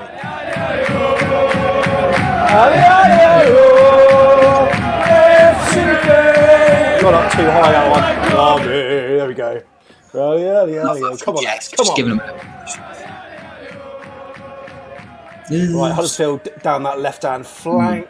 That's the threat at the moment, isn't it? It is. Spreading the play nicely to the right, I've got to say. Picked up really nicely with a touch there. Oh, he's got the skills, but Lloyd Kelly's got him on toast. That's absolutely fine. I've decided as well, Sam, that Woodgate loves back of the net. Because obviously we got the predicted lineup bang on, by the way. Yeah. And then do you remember I just mentioned in there, I said, I think you noticed against Southampton how much you miss Jeff if he's not there in terms of Jeff Lerma. And he said exactly the same thing in the press conference. Yeah. He was talking about Jeff Lerma because he'd done that 100 appearances. And he said, I think you noticed against Southampton how much you missed him. I thought he's watching back of the net, and that's where he's getting all his tactical insight from. I'll tell you who is watching back of the net. I'll tell you what we'll do is just wait for Huddersfield to have this. They've got a spell of possession on the right-hand side here that looks fairly dangerous, but the runner should be tracked. Yeah, it's gone out for a goal kick after 36.5 minutes. This is a beautiful scene with Keith Thomas. Tom, analyse this sweet scene that we've got here. What a sweet scene. Look at that. He looks relaxed, doesn't he? He's got the Bournemouth slippers as well. It looks like Bournemouth slippers. I don't know. He's asleep. Is he asleep? Keith, you asleep? It's a Bournemouth bobber hat. You need to wake up, fella. Come on, mate. He's going to lose a rating if he's asleep. I'll tell you. He is.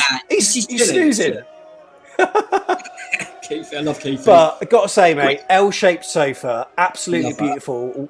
Watching us on the big screen, loving life and loving an AFC Bournemouth 1-0 scoreline at the moment. Fair play to him. Score? Big screen. Getting us on the big screen is great as well. It's where we should be. Let's be honest. We all know that. We can all agree with that. But yeah, nice to see us on the big screen there. We look all right, don't we, on the big screen, Sam? I think I'm happy with that. What's your player rating, Tom? Well, I'm gonna go with the same as last time at 8.5 because I love the setup. I love the big screen, but the 0.5 again because I'm not sure if has he fallen asleep. You must have been speaking at some point for too long. Yeah, I probably was. I think I was at that actual moment that it was sitting. Actually, who was speaking? Let's see who was speaking. Mate, it was you. Oh, no, gutted about that.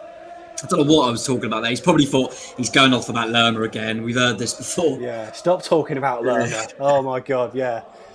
Right, so what have we got then? Huddersfield just played a long ball forward on that left flank. Adam Smith's getting caught out a little bit. It looks like he just conceded a corner. How many corners have they had? They've had more than we have.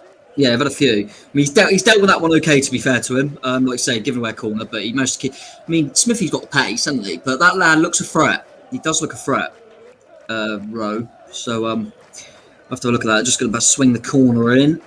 Deal with it, boys. Begovic. Begovic, well, but look at that on the edge of the box. Edge again. Someone stay there. All right, put it back in. Yeah, well done, Ben. Is that Piero? Yeah, bang, have that. I'm not too sure about that from AFC Bournemouth Germany. What's that? Dyeing his hair pink. I mean, I don't disagree at all. Don't disagree 67 at all. likes. Appreciate all the likes and yeah, help us out. If we can get by that point by the end of the show, then we'd be more than happy. We're only a diddy little YouTube channel supporting AFC Bournemouth, and feel free to help us out by liking. Also, a super chat helps us out as well. If you want to support the channel, right? Oh, come on, lads! Like I say, diddy YouTube channel, but Tiggsy's wages. I'll tell you what, Sam, they're going up and up and up, aren't they? So we've got to support him and. It's good to be able to report back to the boss Jeff, isn't it? And tell him how many likes we got on that. He's always on that. So I really appreciate it, everyone. We just got to watch his left hand side, Sam. I just think I think it's a little bit of both. I think Smithy's struggling a little bit with him. I think the lad's quite good. I think let's respect that. And and I think not sure if Brooksy's having the best times out there so far. They've got it down the other side now. Crap cross though, get him. Just don't seem to be. We just don't seem to be dominating that midfield battle right now. No, we're letting them spread. It always makes me wonder, are we almost allowing them to get it wide because we're not worried about their threat in the box? Because they don't seem to have too many physicalities in and around the box. I'm not sure. Apart from them two chances, though, they're not really getting in behind. That's the main thing. Why is it that when we were 2-1 up against Coventry, I didn't really worry about it in terms of them coming back and equalising, but with us being 1-0 up now, I am shitting it a little bit. Is it just the threat that they've posed? Because Coventry, their chances were fairly isolated, really, weren't they? Yeah, I felt we kept the ball better as well. I don't know whether it was a bet in the second half and whether that I felt like Coventry kind of faded and they lost their legs a little bit. Hopefully that can happen here, but I felt we controlled things a little bit better. And I won't say that was good. Go on, Dom. Oh, nice little touch from Dom. And I wouldn't say that's anything to do with kind of Wilshere, because I actually remember thinking we looked in even more control when Pearson come on the pitch against Coventry. So I don't think that early bookings helped Pearson, because he's quite an all-action player, isn't he? And that's never nice. He got an early booking, didn't he? So, but yeah, I don't know. I think against Coventry, we did look. I agree with you. We did look a little bit more in control, didn't we? But I see as the game progresses, I'm not at the moment. I'm fine. I'm happy. It's all good. Woody's at the wheel. Go on, Arnie. Yeah, go on, Arnie. This is where you can do it, Arnie. Oh, early cross, but it went over everyone. They're doing exactly what you said about what Smithy should be doing, Sam. Is even for our goal, they're forcing him onto his left, aren't they? Just show him the line. But he has got the capability of coming in or going to the byline, as we've seen many a time. I mean, did you see the alternate angle footage on AFCB of that 4-1 win? And he looks scary to play against. And, that kind of player, I would absolutely hate it, because he's got that turn of pace. I mean, we saw that for our third goal, where he just had their defender on toast. But just want to see him get a little bit more involved. And every so often Huddersfield break and, they look fairly threatening, but 3 minutes to see it out now until half time, and can't imagine there'll be too much injury time. No, I wouldn't have thought so. And yeah, we said about Arnie, I think that their fullback would have been gutted because for our goal, he literally done the right thing. He's probably been thinking all day, don't let him come in on his right and shoot. Don't let him come on his right and shoot. He saw him out to the left. He had a shot. He'd come back to Billing and we went 1-0 up.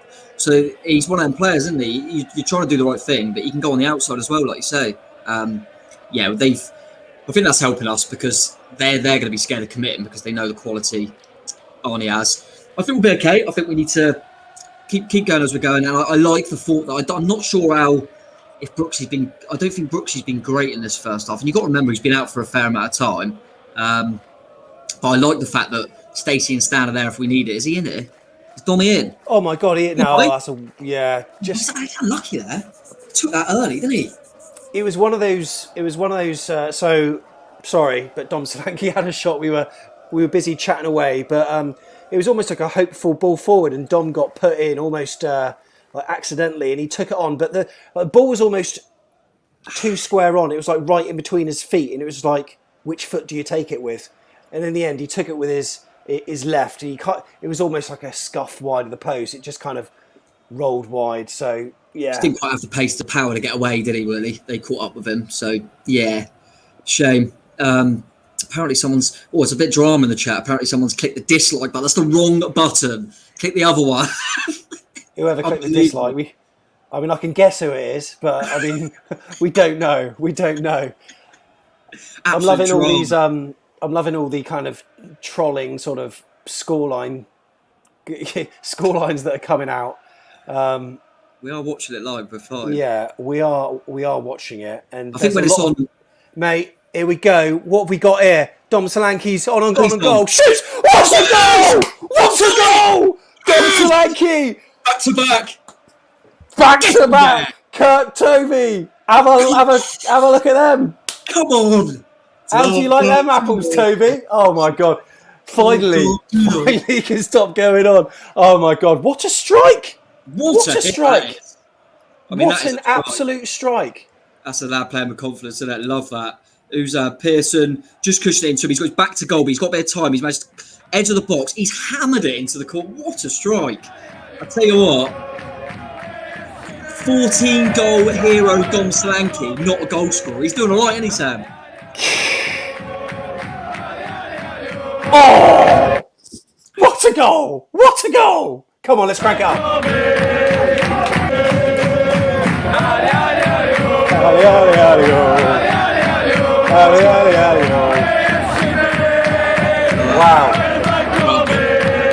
Wow. Buzzing for him. We'll have a bit of that. And you know what? I love the way he took it. And he always looks to do that, to actually receive the ball and turn. And the amount of times that I've heard Chris Temple or Jordan Clark say, Solanke runs into trouble because there's always defenders tight up him. This time, he had a yard. He managed to gather the ball. He just managed to get out of his feet. He turned and struck it perfectly. He almost caressed it with his instep, right hand side of the net, and the goalkeeper had no chance. He smashes the post in despair, and Bournemouth are 2-0 up, and it's half time, Tom. It's half time. Absolutely, what a massive goal that is as well. Absolutely huge goal. They'll be gutted, but. That was brilliant. I think we deserve to be ahead, but the 2-0 probably fatters us a little bit. But we've taken our chances. I'm just thinking, actually. I remember I could be off. I said 3-1, but I went for Billing, Solanke, and Arnie. So tell you what, you got to fancy Arnie to get one, haven't you? But this is great again, mate. And if we could just keep this going, it's just they look more confident, don't they? Dom Solanke doesn't take that 6 weeks ago. He doesn't take that on. Do you know what I mean? Yeah. He sometimes, like you said, he turns on there and then he's a bit unsure, a little bit hesitant. He just hit it, and Kirk Tovey in the mud. in the mud. Absolutely love it. Goals, mate. It's, you know what? I mean, for a because I think. Do you remember that season that Lewis Grabban had like 20 or 21? 22, I think he got, but I think. How many pens did he have in that season? I'm pretty sure it was about 7. I'm pretty sure I looked, and without penalties, Grabban scored 15. So Dom Solanke's 1 away because Dom Solanke doesn't take penalties.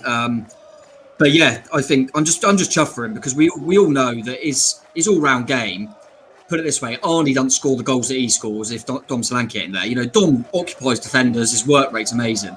I'm so delighted for him. And to be fair, if I had said to you the 2 goal scorers you want today, we would have said Billing against the old club and Solanke back to back, wouldn't we?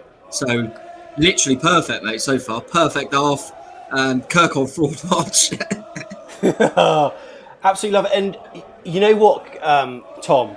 In Yes. my bedside table earlier, I found this little device. Do you know what it is? It's a mini telescope. Right. And What I'm are you just doing? gonna have a look and see what I can. Tom, Yeah. I think I can see the Premier League.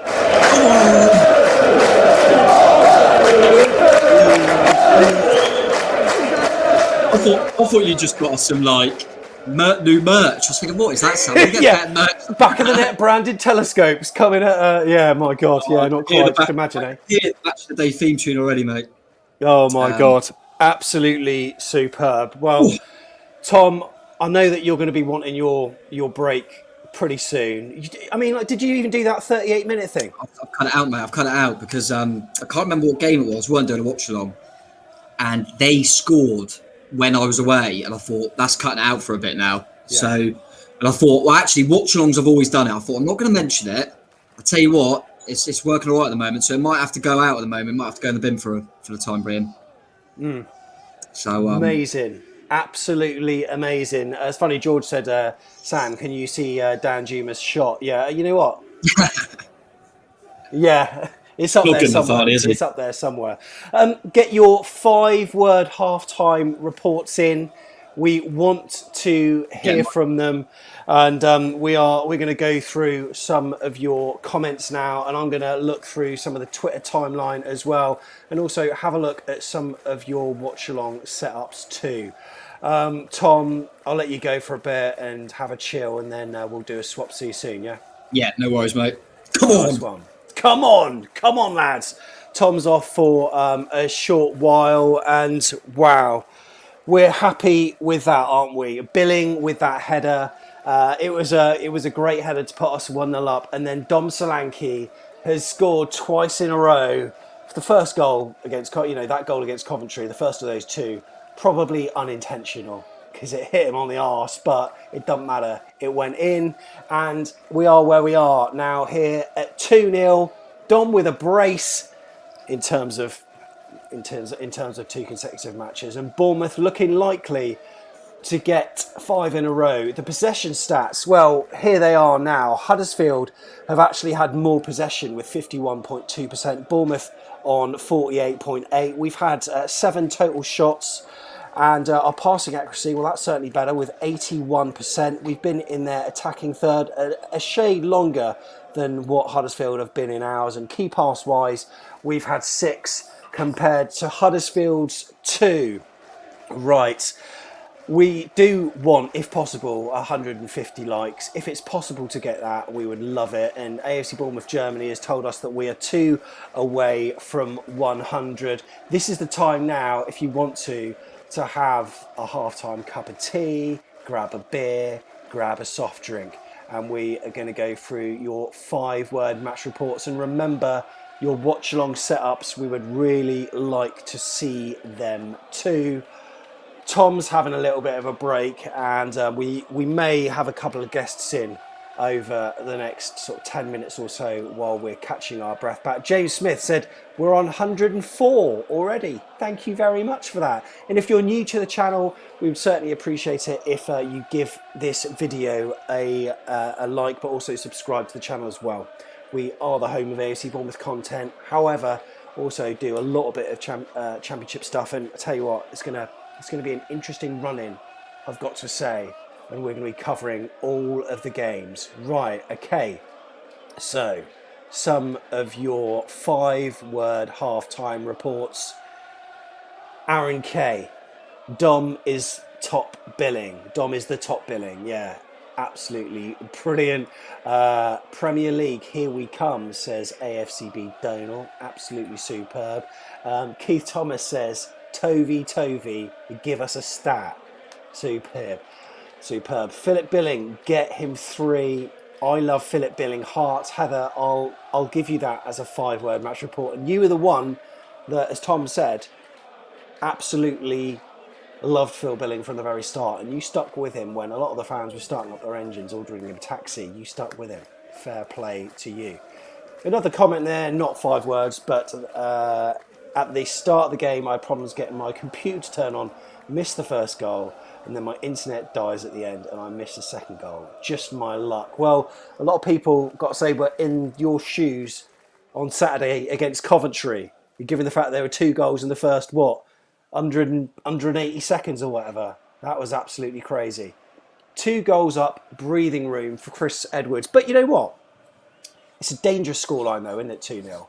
Always pretty dangerous, because when you take your foot off the gas, you don't want other teams to come back into it. And then at 2-1, momentum's with the other side. And at that stage, the next goal is absolutely crucial. We certainly don't want to be letting them in. Chris Edwards, thanks very much. And thank you for that Tom Jordan mugshot, literal mugshot. Absolutely superb. Right. The Cherries made me money, said Augusto. Love it. We're coming, Brentford FC.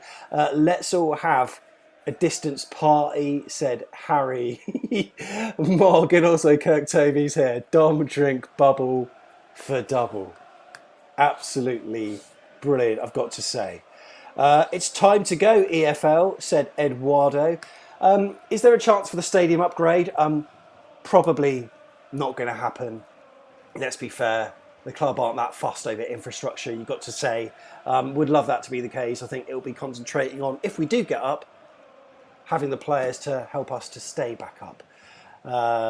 Think about what happened against Reading. Donal makes an excellent remark there. Got to say, look, they were 2-0 up and they were flying, and look what happened in the second half. So this is a role reversal there. We scored 4, but do they have the attacking potency to do that?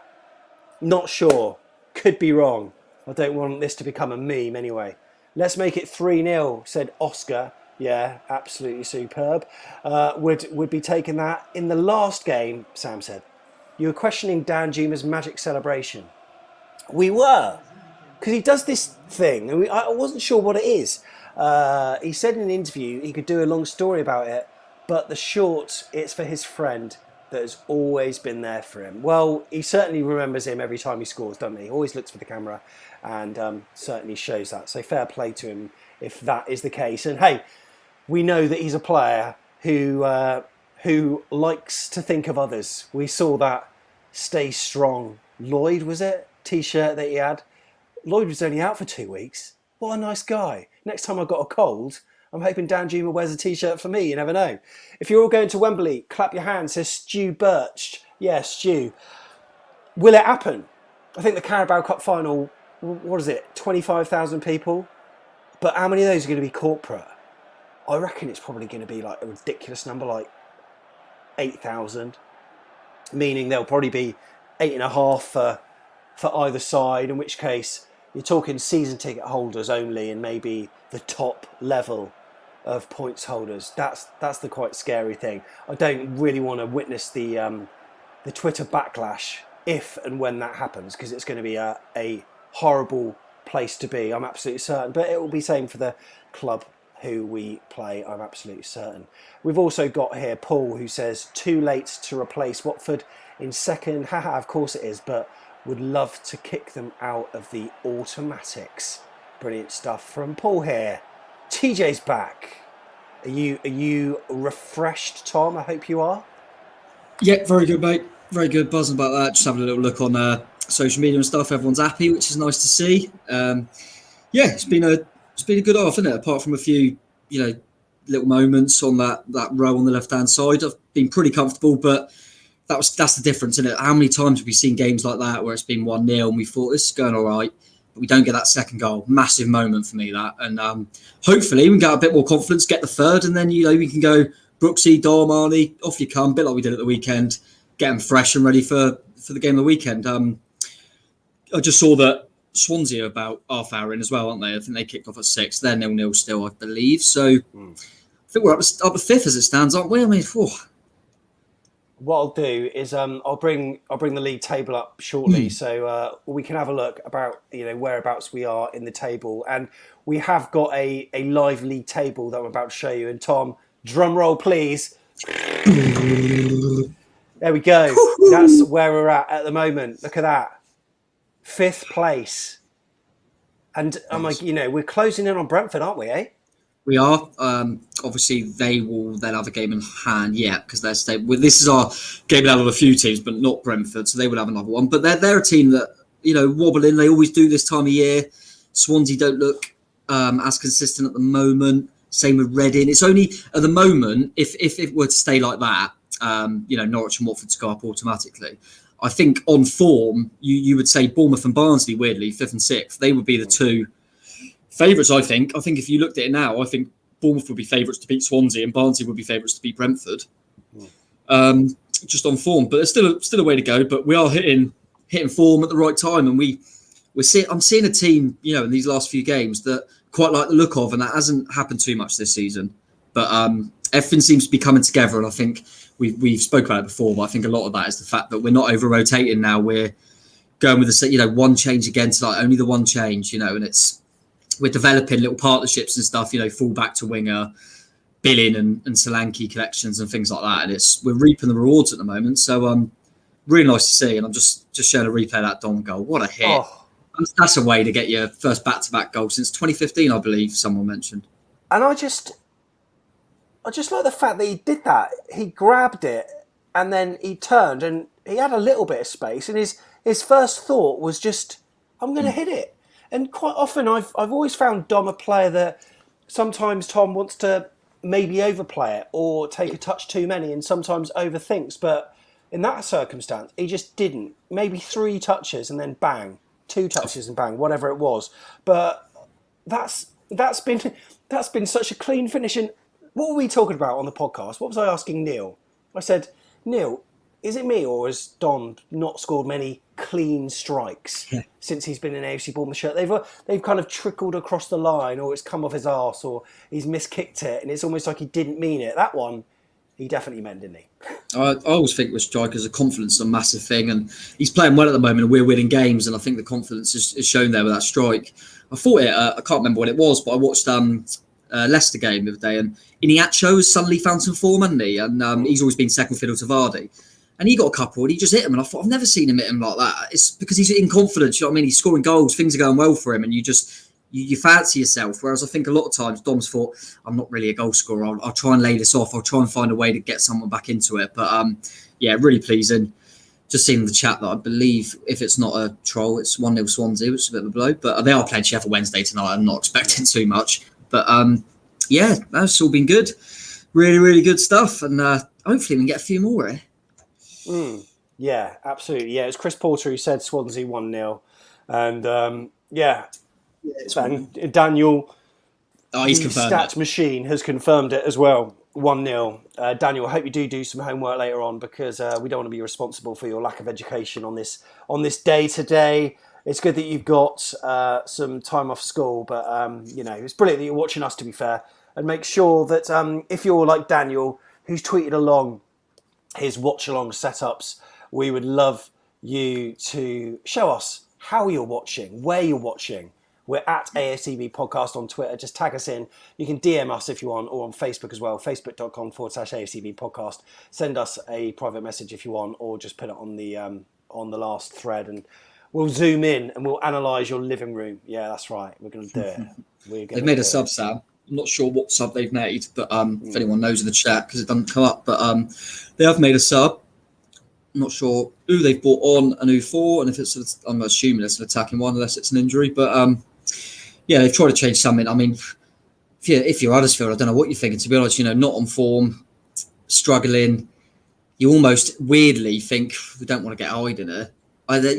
You obviously want to win foot matches, but they do something special to get back into this. But let's just make sure we see through the first 10, 15 minutes without any scares. That's what I was about to say. If you're a manager that's just overseen an absolute pasting, what do you tell the team to do? Just say, we're still in this, you need to go for it. Or actually, let's just try to protect our league. If we get isolated chances, brilliant. what's the thing to do? I think what was quite evident actually. I think I'm right in the fact that when they lost 7-0, they then they're in here.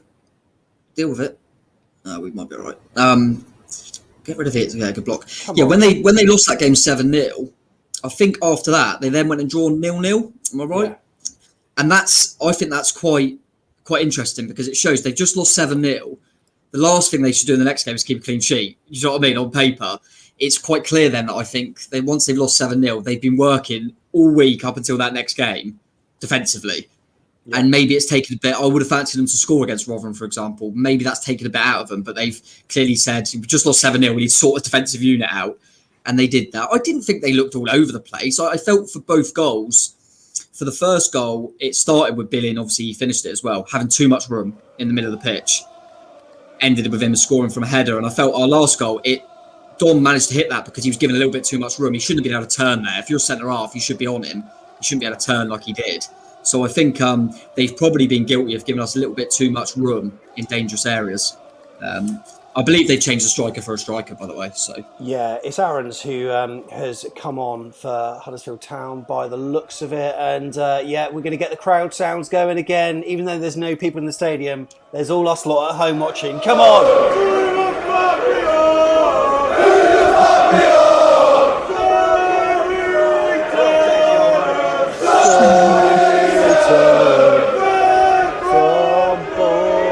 He's hammered just singing that, eh? That's a few pints at the Queen's Park, isn't it? That's Jeff Hayward, isn't it? That's Jeff Hayward leading the songs. I'm absolutely certain. Deal with it. I can't wait to go back, mate. I cannot wait. Think about it. Obviously, with all the things opening and stuff yesterday, just making me think I can't wait for a beer before a game. Do you know what I mean? And just get that atmosphere back. Feels like it's getting closer, doesn't it? Can't wait. Because I think you mentioned it earlier when you were talking about someone who sent a super chat in, but I think that was the last away game I went with you was Watford, wasn't it? That 0-0. Yeah. And that was a drab. That was awful. But I still take that now. I love that boozer odd fellas. I think it's like superb in the sun, isn't it? Oh, you need the sun, yeah. Huddersfield with a long throw into the box. It's partially cleared. Adam Smith now. Is that who's no? Dan Juma. I tell you what, is that a free kick? Held back? No. The referee says no. Huddersfield look like they're going to recycle it. 47 minutes on the clock. 47:45. Is that about where you're at, Tom? Yeah, where am I at? A Twitter thing just come through, so I just can't see it at the moment. What are you on now? 47:53. 48. Oh, you're a bit behind. No, you're 47:53. I'm 48. Yeah, so you're behind, right? I'm ahead of you. Oh, sorry, 48 minutes. I thought you meant 47:48. Oh, yeah, no, sorry. Yeah, you're right. Yeah. A few seconds. I think that's probably. I just refreshed it half time, but no, it's all good. I'll do that as well shortly. But let's see if we can keep it going. Let's see if we can get a third goal. Would be nice. Yeah, it's really weird playing at this time, isn't it? It is a bizarre one. But am I right in thinking we're late kick-off on the weekend as well, Sam? 8 o'clock. Yeah, absolutely. Yeah, we're 8 p.m. and that's live on Sky, I think, and it's going to be a bit of a crunch game. It's one of those matches. I mean, I don't know if there's a Premier League match at the same time. No, I think there probably is. Wait for this. How far am I behind you here? Oh my God! Oh, I tell you, bloody hell, mate! Off the bar. Yeah. He was beaten.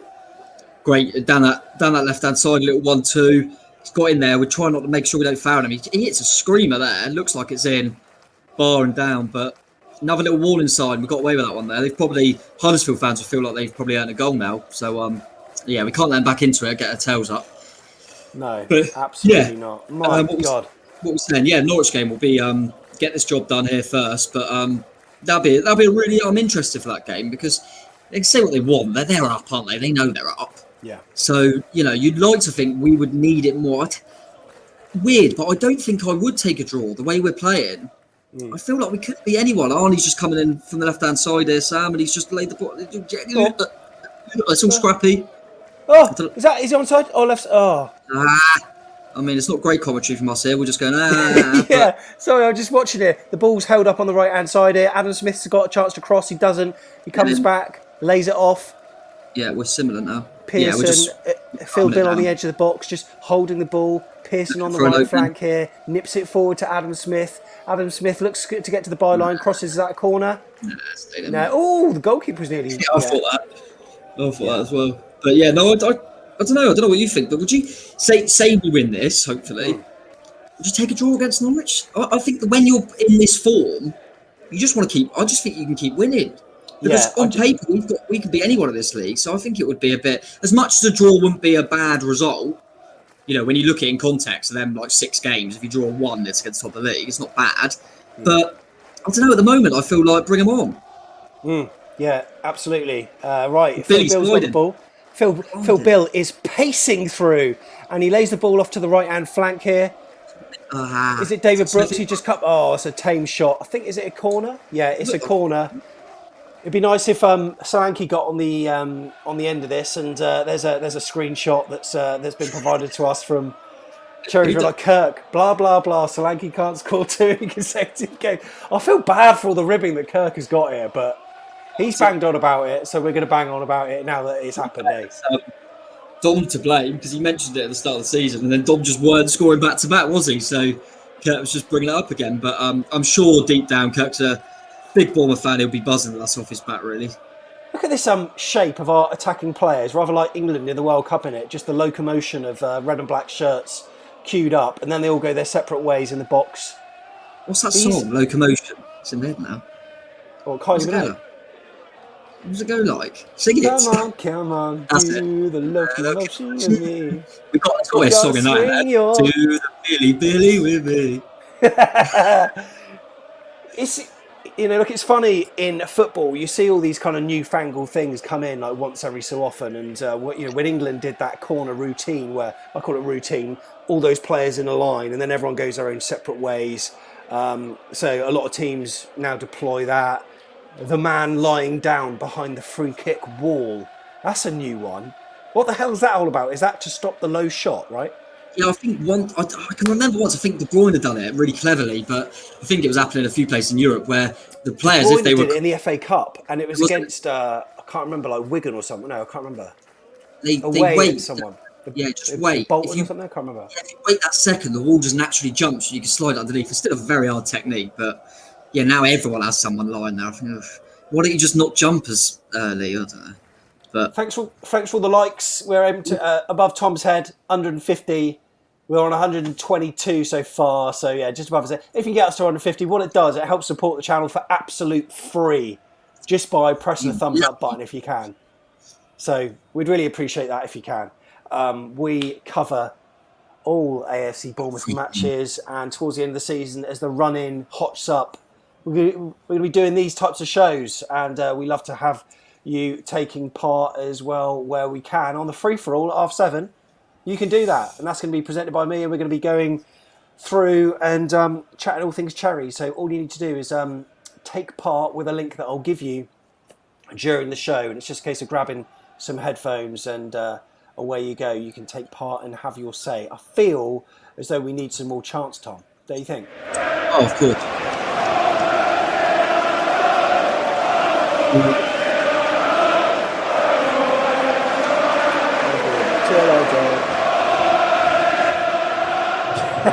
Double change for Huddersfield.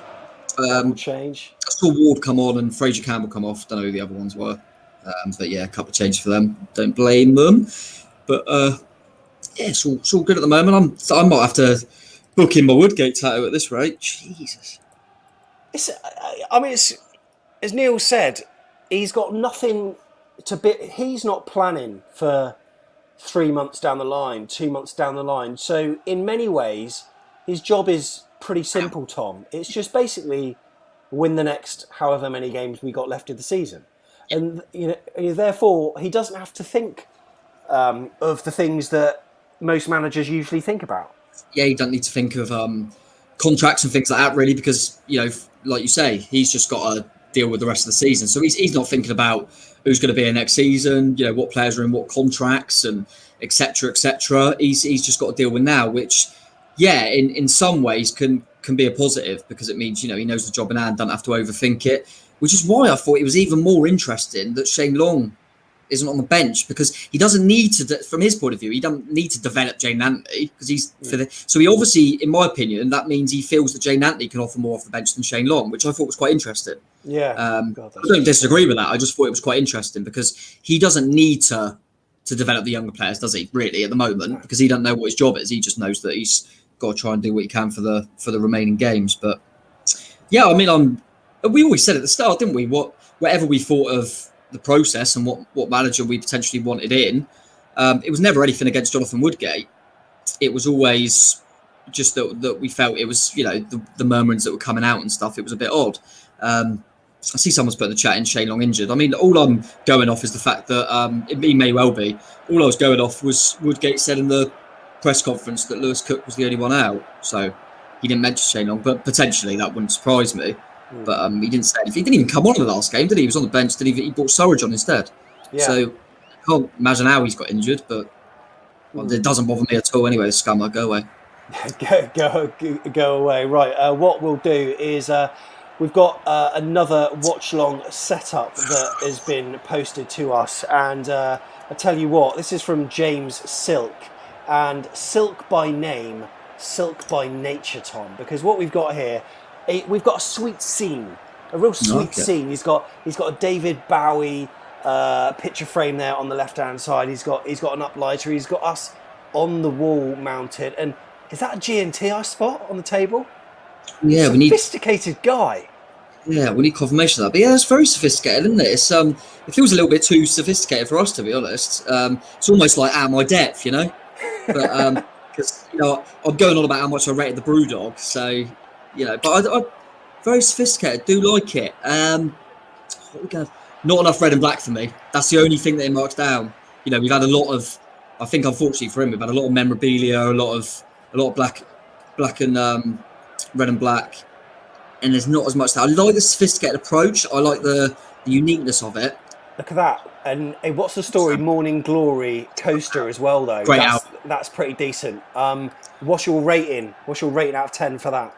I'm trying to think of a song that goes with What's the Story, Morning Glory for one of our players at the moment. So that's where, but I can't think of one at the moment. 8. 8 for me. No, I'm happy with it. It's like you say, it's a nice little chase. Quite sophisticated, like you say, and definitely silky. I like it. Yeah, James Silk, James AFCB Silk. Follow him on Twitter. If you've got a watch-along setup that can rival that, we've had a few sent through.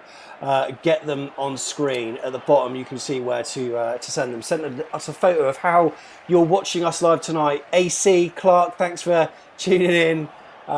Thanks very much for that message just then that I popped on screen. AFCB podcast on Twitter. That's where we are at. Right, 58 minutes on the clock, and there's not been much to talk about in the game, really, has there?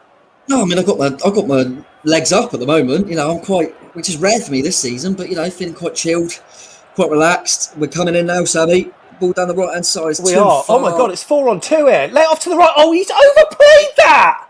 Dom Solanke overcooked that pass. It reminded me of Sam Surridge's pass to Jaden Anthony at the weekend, where he just overplayed it. He's just, mate, he'd have been right in then. Oh, I can't believe he had so many options. Such a shame, because that one pass from Jefferson Lerma found Dom Solanke. He had options to his left and an option to the right with David Brooks running on, but it was played so far in front of him that Brooksy, had he even run like Linford Chris, Huddersfield are in now. Good defending. Stevie, what a tackle that is. That was disappointing from Dom there. I think Kurt was right all along, to be honest. He's just not good enough, is he? Just not good enough. He was unlucky there. But yeah, it almost felt too easy. I don't know. I'm surprised that he overplayed that. I thought that would have been the third, mate. But close to 150 likes, loving it. What can we? I feel like I've got to G it up now. We want 150, but we got to say, if they somehow these beautiful bunch in the chat happen to get us to 200, then I've got to do something, because that would be legs up, ready to be waxed. I've got some. All right, 200. I'll do it. 200, and you'll do it. 200 likes. I'll let Sam do my legs. Yes. Come on, let's have it. Take that. I still think there's another goal in this. I think the next one's the big one, and it can either get a bit nervy or we can just chill out. Yeah. So I'm hoping for a chill. They're certainly targeting Smithy a little bit down that side. I wouldn't be surprised if we saw maybe 5-10 minutes. We see maybe a Jack Stacey for Brooks just to solidify that a little bit. We've seen him do that a lot. Arnie's getting him down the left now. He's beating. Go on, Arnie. Go on, Arnie. Go on. What's he going to do here? What's he going to do? Is he going to cut it back? Oh, it came up. It's corner though. Is that a corner? Yeah, it's a corner. I said I was actually playing football mate, last night down. Okay, I don't go on about it. There's a name. So there's a name, and I'm about to drop it. I just saw Mark McAdam playing down there, and he was talking about this match tonight, and he didn't think it would be an easy one, but he did think that AFC Bournemouth would get the win, and but he did say it was going to be 3-1, I think. So that scoreline is still on. So Mark McAdam, if you're watching, you never know. It's still on. I went for a 2-1. You went 2-1, didn't you? Yeah, I think it's weird because we obviously beat them 5-0 as well at the start, but having watched them today, I don't think they're that bad. I think they miss, which is awful to miss. It's horrible ingredients, but they miss a bit of clinicality in both boxes. So I think they do nice, pretty stuff, but they need I'm just watching the corner come in. Yeah. Ooh, scrappy. Scrappy. Yeah, so they played nice, pretty football, and they look like a decent side, but they don't seem to have someone who can bury it, and a proper. I don't see many goals in their team. When we looked at their team, I didn't see someone that I think, he always scores a lot. Yeah. And I also at the back, they don't. You saw with the Dom goal, they need someone to throw themselves at it, don't they? And yeah, I think they just both boxes they're missing, but they play quite good football. They haven't been, they haven't been a pushover in terms of they're knocking it about nicely now. So for Huddersfield, I think they just need if they can strengthen in a few areas, they could end up having a decent season next season, in my opinion. That's brilliant from Pearson. Yeah, Dom was nearly sent through, but cut out well by the defender there. I think I may actually be a little bit ahead of you now, mate. After the refreshment, only by a second. Love it, absolutely love it. Yeah, Mark. I've seen Mark play before. Mark's a decent little footballer, isn't he? Mark McAdam. He's a great footballer. I didn't think that clock. I thought that clock might say 62 rather than 1 hour 2. But you get the gist of where we're at, right? Oh yeah. I told you that when I was seeing these other YouTubers. I'm just claiming you're a YouTuber now, but they were saying it's a nightmare to try and get it like that, and theirs was doing that. So I'll never be called that, mate. Never be called that. Nice. Can everyone start calling Sam a YouTuber? Thank you. Nice of my parents to give me some pocket money. Watchalong is much more entertaining. Ian, Sandra, hope you're well. Hope you're enjoying the game through us. Thank you very much. Really appreciate that. I'll buy myself a Twix. Thank you. Can I just say that Woodgate once again has listened to Tom Jordan off back of the net. About 10 seconds ago, I said that Brooks would come off for Stacey. It's just happened, mate. He's watching. He's tuning in. I reckon Fletcher's there with watching the watch-along. So evening to you, Fletch. And speaking of good footballers, Ian Davis, I'll tell you what, you've shown me some of his goals when you've been watching him. Ian Davis today, you know what? He scored a worldie at Walking Football this morning, a little down. I thought he was absolutely phenomenal. He got the ball onto his right foot, like on the edge of the box. He had a defender hassling him. He just shrugged him off low from a tight angle, struck it hard and low, bottom left-hand corner. Everyone went wild. The team lost 3-1, but cracking goal there, I've got to say. Got the goal. And, yeah, I mean, I've seen some clips of him playing Walking Football, and didn't do you any favours, Sam, because I thought, God, if that's what his old man's like, Sam's going to be a hell of a player. And then, not all things work out the way you think, do they? Yeah. Cheers, Tom. Cheers. Appreciate it, mate. I love you. Confirm, me and Sam, I'll tell you what. Left-hand side here, we're in. Lloyd Kelly. Lloyd Kelly down the left-hand side. Come on, someone's got to get in there. Dom's on the... Unlucky. Good little move, though. But yeah, no, to confirm, I've played football with Sam, and if you thought Daniels and Pugh had a good link up, telepathic, mate. Well, not just on the podcast, we're telepathic. All right, Tom. Let's do it now. What number? I'm gonna prove that we have got a telepathy. Okay. Yeah. What number out of 1,000 am I thinking of? 5. 5. Number 5, yeah. Well, Look, I'll tell you what. Oh my God! Oh my God. And that, I didn't prepare that. No, That you was just didn't. there. That's unbelievable. Fair play to you, Unbelievable, mate. Do you want to do it one more time? Yeah, sure. What number out of 10,000? 10 out of 10,000. You've done 5 again, haven't you? I can't believe you've done that. No, I 5 haven't. again. You haven't done 5 again. No, I meant do another 55. one. Huh? 55. You didn't say 55. Yeah, 5. That's what I meant. Oh, stop it. It's getting scary now, Sam. Our telepathy, it's everywhere. Absolutely everywhere. Right, 65 minutes gone. Yeah, that's right. Come on, lads. The crowd are going wild at AFC Bournemouth's performance there. Is that Pearson coming off, mate? Or is he just... He might have to just come off the pitch, come back on, I'm not sure. Oh, but okay. to be fair, it's not the worst thing in the world if you have to bring on Jack Wilshere, is it? No, I think he's all right. He's always going to get the knock, and Pearson with the way he plays. But I love him, and whatever happens this season, and Woodgate deserves so much credit. I think the fact that Jason Tindall brought Ben Pearson in just before he left, and also the fact that he brought Carter Vickers in and never got to obviously use him. But I think we're quick to forget that. Do you know what I mean? I think Woodgate would say thanks for getting Pearson just before I came, because he's brilliant, and I'm really looking forward to seeing him going forward as well. He didn't get to utilise the players that he purchased, really, did he? It's a shame for him. JT though is still a legend. He did so much for us, as is Ethan Burney. Ethan, thank you so much. We are not worthy. Thank you so much. You are a legend, my friend. You are a legend. Thank you so much for your support, and even to Steve Hensman. He's not even watching, yet he still sends a super chat. Doesn't surprise me, does it? What a guy! What a guy! Top guy. I've heard he's a decent centre-half as well, Sam. You've played against him, and I've heard he's a bit of a rock. I played with him on Sunday night at Littledown, two nights in a row, and we won that match. We won 5-2, and Steve came on and was very good, an absolute rock. No nonsense. I can imagine him. Bit of a leader. Do you know what I mean? Good character, Hensman. You'd want him in the dressing room. Do you know what I mean? No nonsense, but he's relaxed on the ball. Very good, very good. Harry Moggs here. Love the fact that our little club have fans all over the world and YouTube watch-alongs these days. Very proud of my little club, man. Yeah, so am I.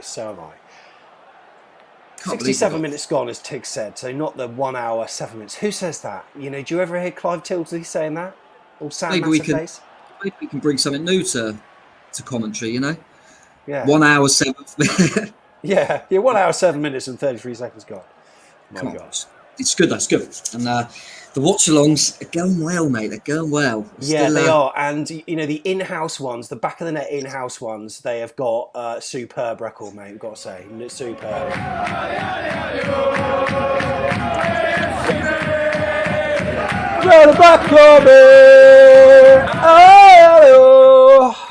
Come on. Oh. Just could do with a third now. Just could do with that little cheeky little third, couldn't we?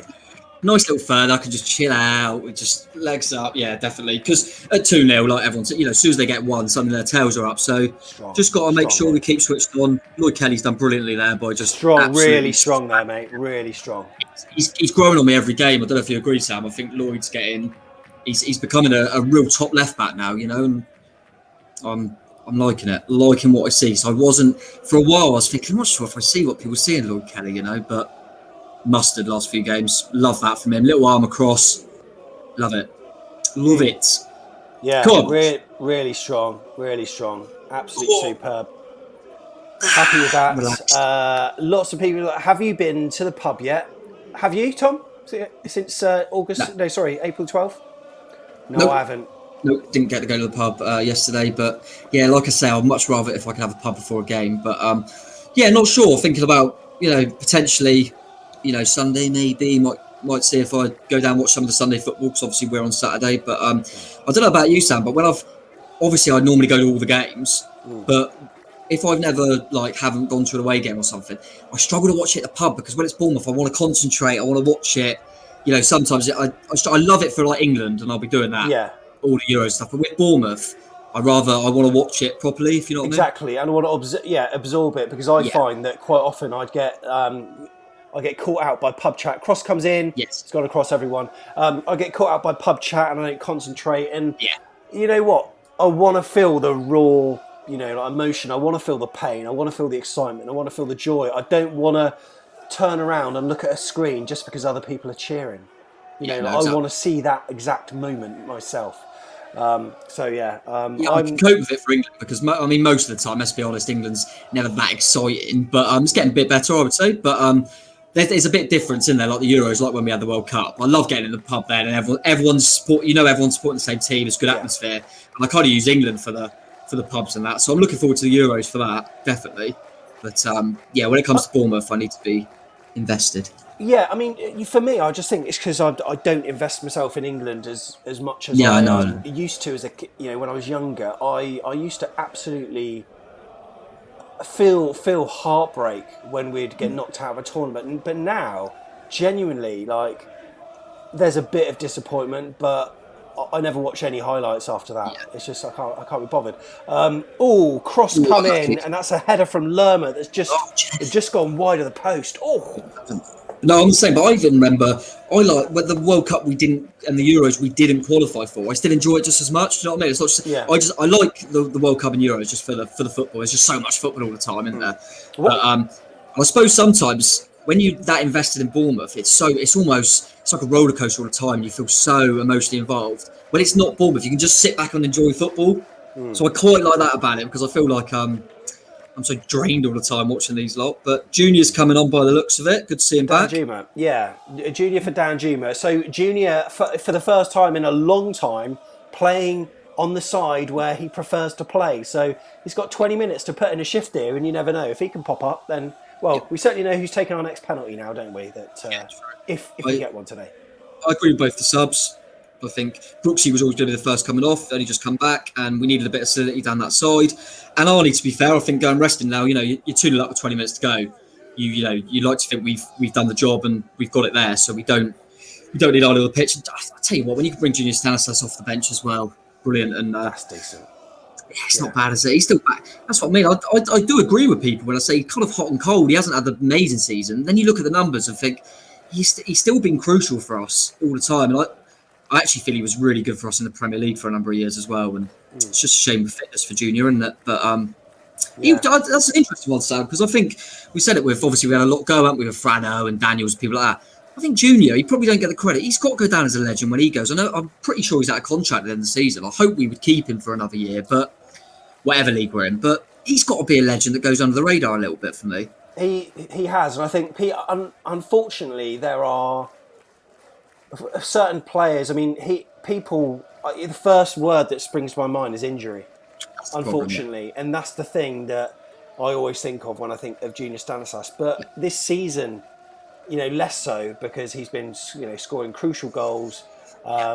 He's been really good for us, and if you have him for an extended period of time, you can see what he brings to the side, not least with set pieces and free kicks. He adds a different dimension, like penalties. He's so calm and confident, so much so I kind of think, oh my God, there's no Junior Stanislas on the pitch. Who the hell's going to take it? Yeah. But when Junior's on, got no fear at all. And he scored a number for us. And legend, possibly.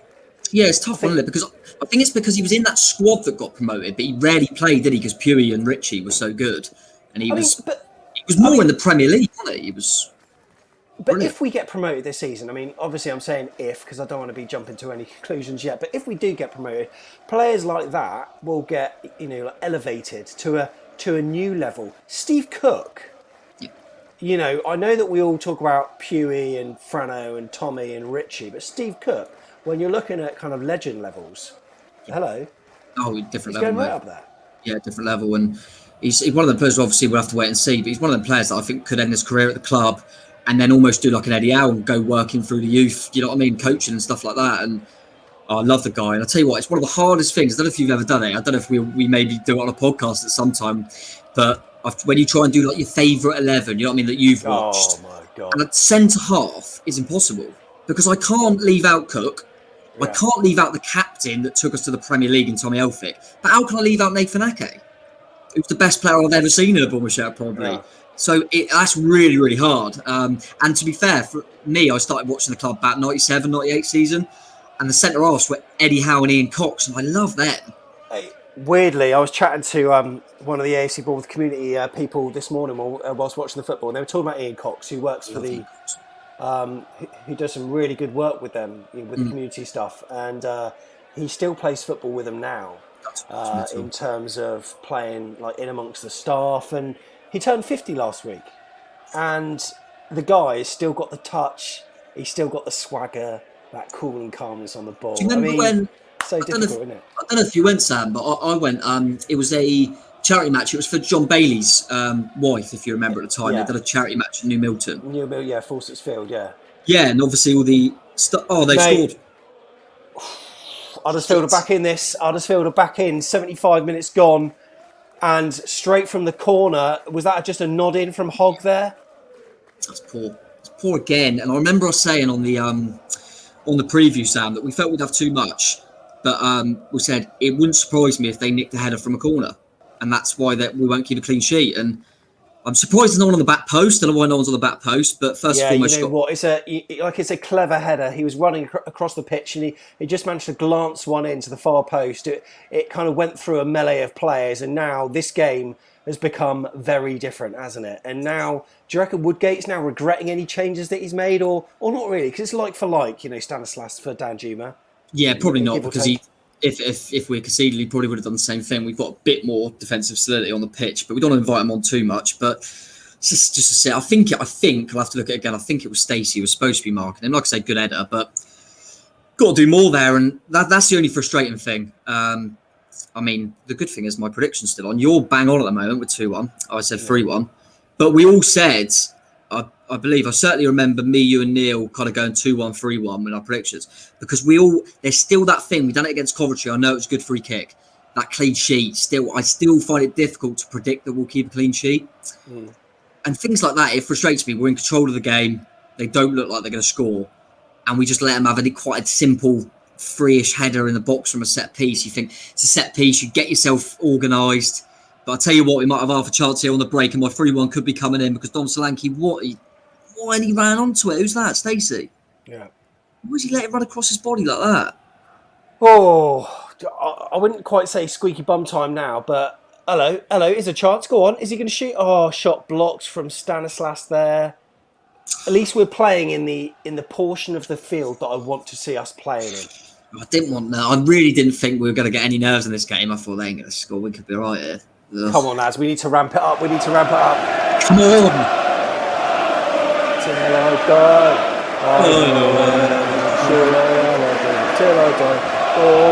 Till I die. Come on. Hold on, lads. Nervy now, mate. Nervy. Hogg, who scored, was he the guy that set up Deeney for that? Hogg, Deeney for Watford when they beat Leicester in the playoff semi. I think you played for Watford. You could be right there, mate. Yeah, but why do they have to do this to us, Sam? It looks so comfortable. I just want a nice little chill one. Jakey boy, the super shout one legend. That's mate Jake. Yeah, anytime, Jake. You know that. Anytime, mate. And also, we've had a super chat too from Zeta as well. Zeta Steer. Oh, you made my day. Zeta, thank you so much. Loving your sofa. Incredible. Your sofa with Keefy tea on it, looking absolutely beautiful, I've got to say. And thank you for sending along your watch-along setups. If there are any more that have come in, we will get them on chat. We may... Oh, my God. James Silk has gone one better. So we had the picture before. He's now gone and updated his scene, mate. I mean, I respect the dedication, I've got to say. And it's like Dom Solanke's away left flank. Right. Oh, he's overcooked it. He's just overplayed it. It's that final touch in certain situations. It's although the ball's been won back on the right flank with Jack Stacey. It's gone out for a throw. So an updated scene from James Silk there, and look at that, Silk by name. He's got a vodka drink. He's got a lag. What we got there? We've got a bit of Hendrick's gin there. We've got all his shirts laid out. Oh my God, that's beautiful. No, he's up to a 9 with that, definitely. And yeah, I respect that as well. He took the advice on board. I like that. It's constructive criticism. We just needed a little bit more colour in there, and he took that on and worked with it. Yeah. I like that. He's not going to get it. Oh, I don't like this last 10 minutes. No, nor do I. It's not good at the moment. 2-1 AFC Bournemouth. It's just 80 minutes gone at the moment, and worst thing is, mate. What? It's been an isolated chance for them, though, hasn't it? Yeah, as this bloody set piece and annoying, but yeah, the worst thing about it is I know that you said 2-1 and you're going to clip it up. And all Sam Davis said 2-1. He got it bang on. That's the worst thing about this, mate. Do you know what I mean? So, but I said 3. So come on. But no, it's just a shame because I really felt we were going to see it out. What's that? No, definitely not. Absolutely not, mate. Absolute stick. Oh well, thanks for the super chat anyway. Appreciate it. Really appreciate it, Tom. I reckon you have. Fletch, really. Are they the big uns? Is that what they're saying? Guns. Well, superb. Absolutely love it. Thanks very much for the super chat. Every super chat that we get guarantees your message goes on screen, but not only that, it also helps to support the channel as well, because we've got monthly fees that we need to pay, and it certainly helps us keep good things super chat running. tonight. Appreciate it. Yeah, no, it's been really Jeff good. Hayward's cracking open the bubbly, isn't it? He's looking at that. He's thinking, "Oh, wages." Look at that. He's got the bottle of Krug out, like waiting. Yeah, better he has. Looking forward to the Christmas do, mate. Yeah.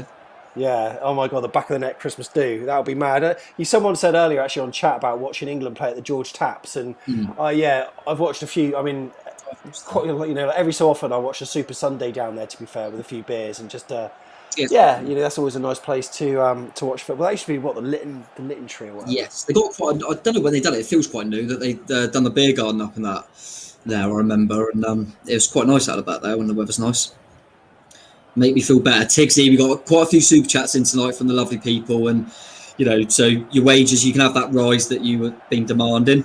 Obviously, I've stepped in because he refused, didn't he? Because he wanted a pay rise, and that's Tigsy for you, isn't it? Right hand flank. Can you pull it back? Go on. Oh, it's just gone through him.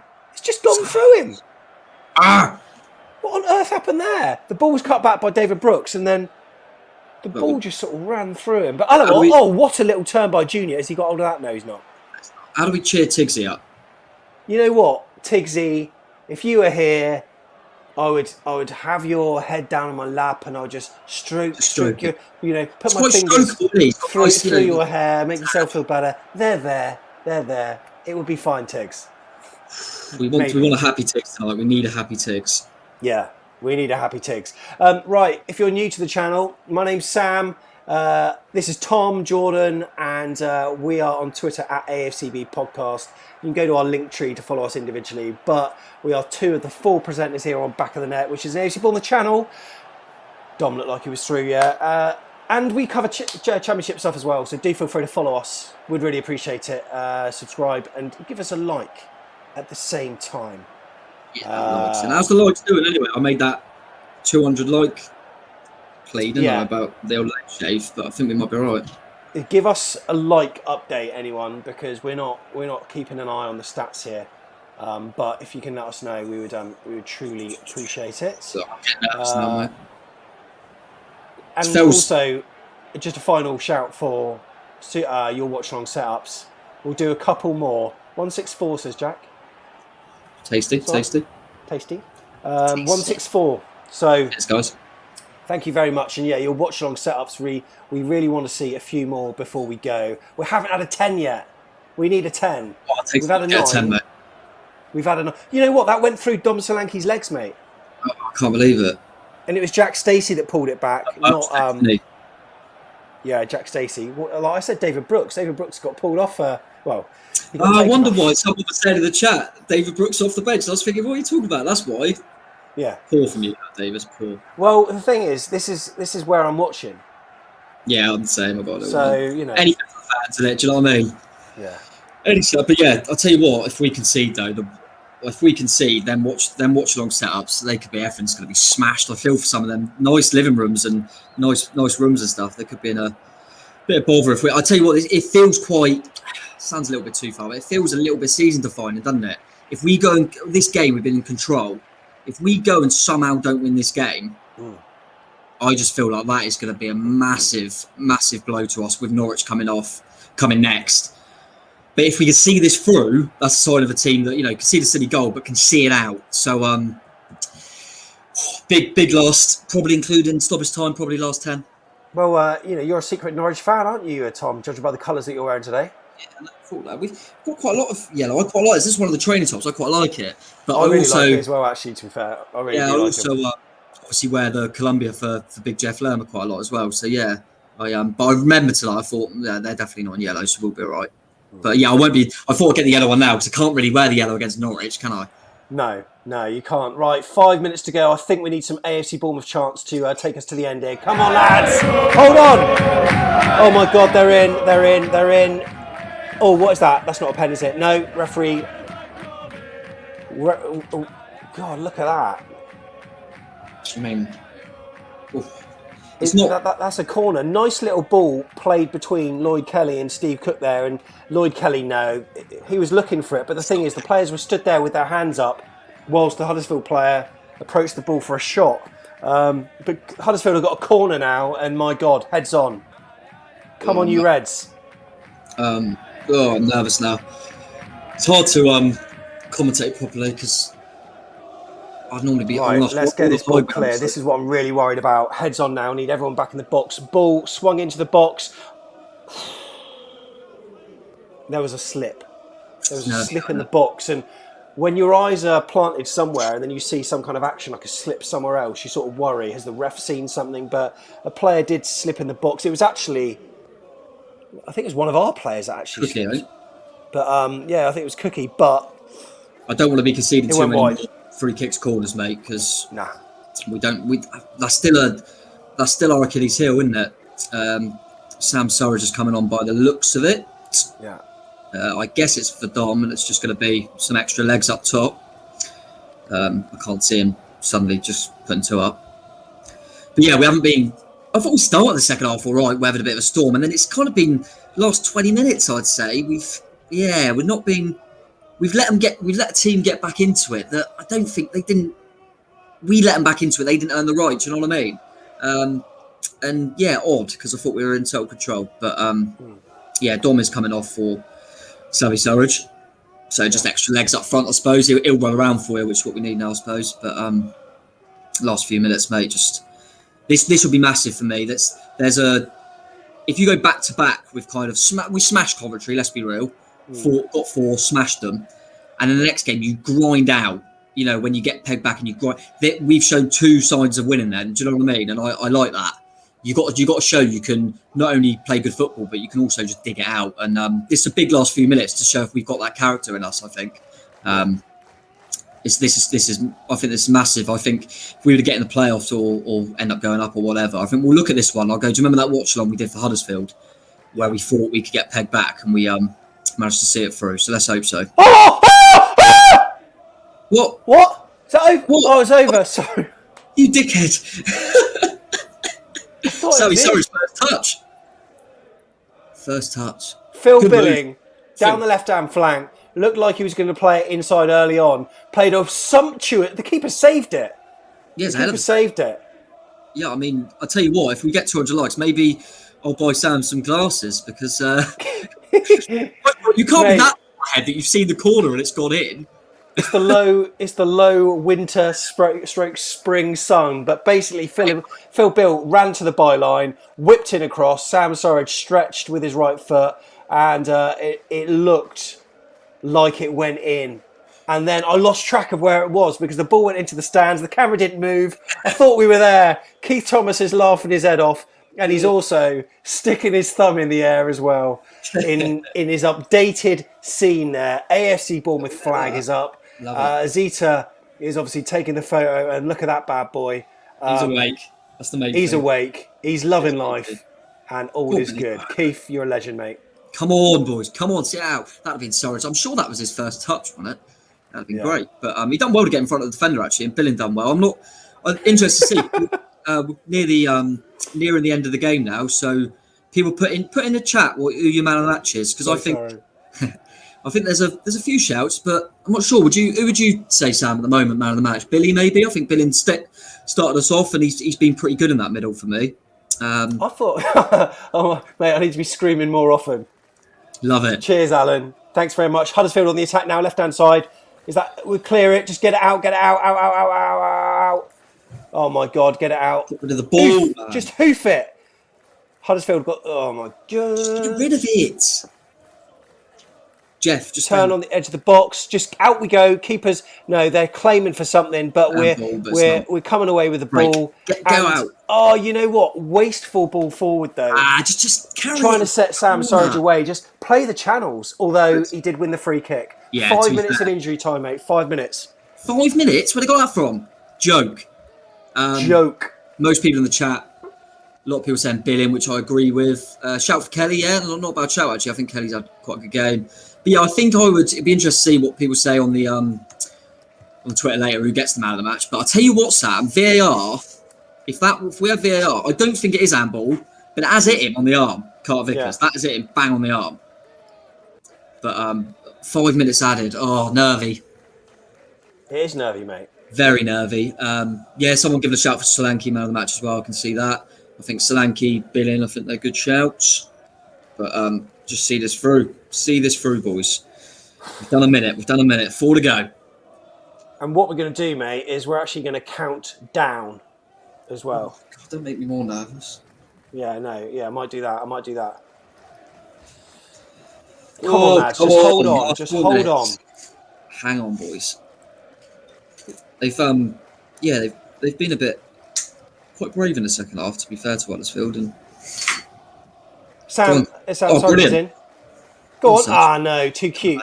That's it. Just hold the ball up, Sam. Just hold it up. That's all you need to do, fella. Go on, Sarge. That's it. Yeah, we're holding on to it now. Yeah, and if we just play in this half, to Lerma on the left-hand flank here, and he's just hitting the corners. Yeah, can't wait for him to fall over. Oh, nice little drag back. A bit of a Munchen drag back, but it goes out for fun. Right, that's killed a minute. Throw. That has killed a minute. 3 minutes to go. 3 minutes to go. There we go. And we're counting down. Why not? Let's do it that way. 3 minutes. That's how bad it is, mate. We're actually having to count down this shit. Gosh, it's going to be long enough.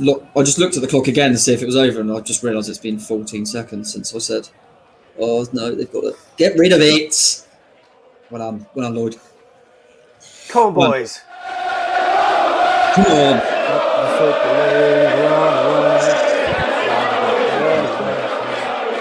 180 likes, mate.